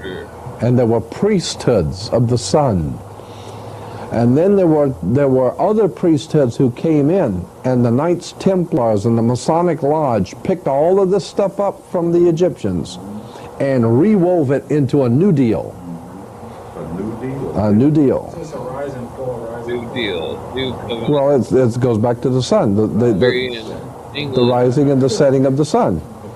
And the two suns, the son of the, you know, how he said, between the two suns, one empire is going and another is coming up, which shows that there is a connection between the fall of one nation and the rise of another. It's not by chance. It's all being orchestrated by something that she calls a sun order. And that's what they call Freemasonry, a sun order. And a while ago I showed you how the sun has two wings, left wing and right wing. Therefore you got left wing politics and right wing politics. You got the right wing and the left wing. Of course, that's what the sun has, is two wings. You said that you don't think this is going to work. So if it fails, will it rise again? I don't know. 100 years, 100 years. Probably. It'll just continue trying until. Yeah, I think between good and evil. Yeah, it's the battle between Truth and false. That's right. Yeah. Now I got my own idea about why that is. I have my own theory on as to why it is that 500 years from today we'll still be fighting the same battle. They'll be doing it a different way, but we'll still be fighting them the same way. The poor people, the working class people will still be fighting the manipulating people who are manipulating and exploiting and keeping everybody else ignorant and stupid and using them and abusing them. There's always been that war. You go back into ancient history, there's always been that few that exploit the many. And it may not ever stop, I don't know. It's always been through ignorance. Yeah, it's always been used to ignorance. The parasite is always weaker than the host. That's it. But I got a theory about why it's happening like this and why it will always happen. But that's just my personal spiritual belief. Now, here's a classic example of how symbols are used in churches. Now watch this. We have a cross and the crown in Christianity. Here it is again on the Bible, the cross and the crown. It's on the Holy Bible, okay? All right, well, take it easy. Here in that book again of Freemasonry, we will see the cross and the crown. All right, peace out. Okay? Now, keeping in mind you've got the Bible here and the cross and the crown there, and this is from that encyclopedia on Freemasonry, remember? Okay. All right, peace. Here we have the first 3 degrees of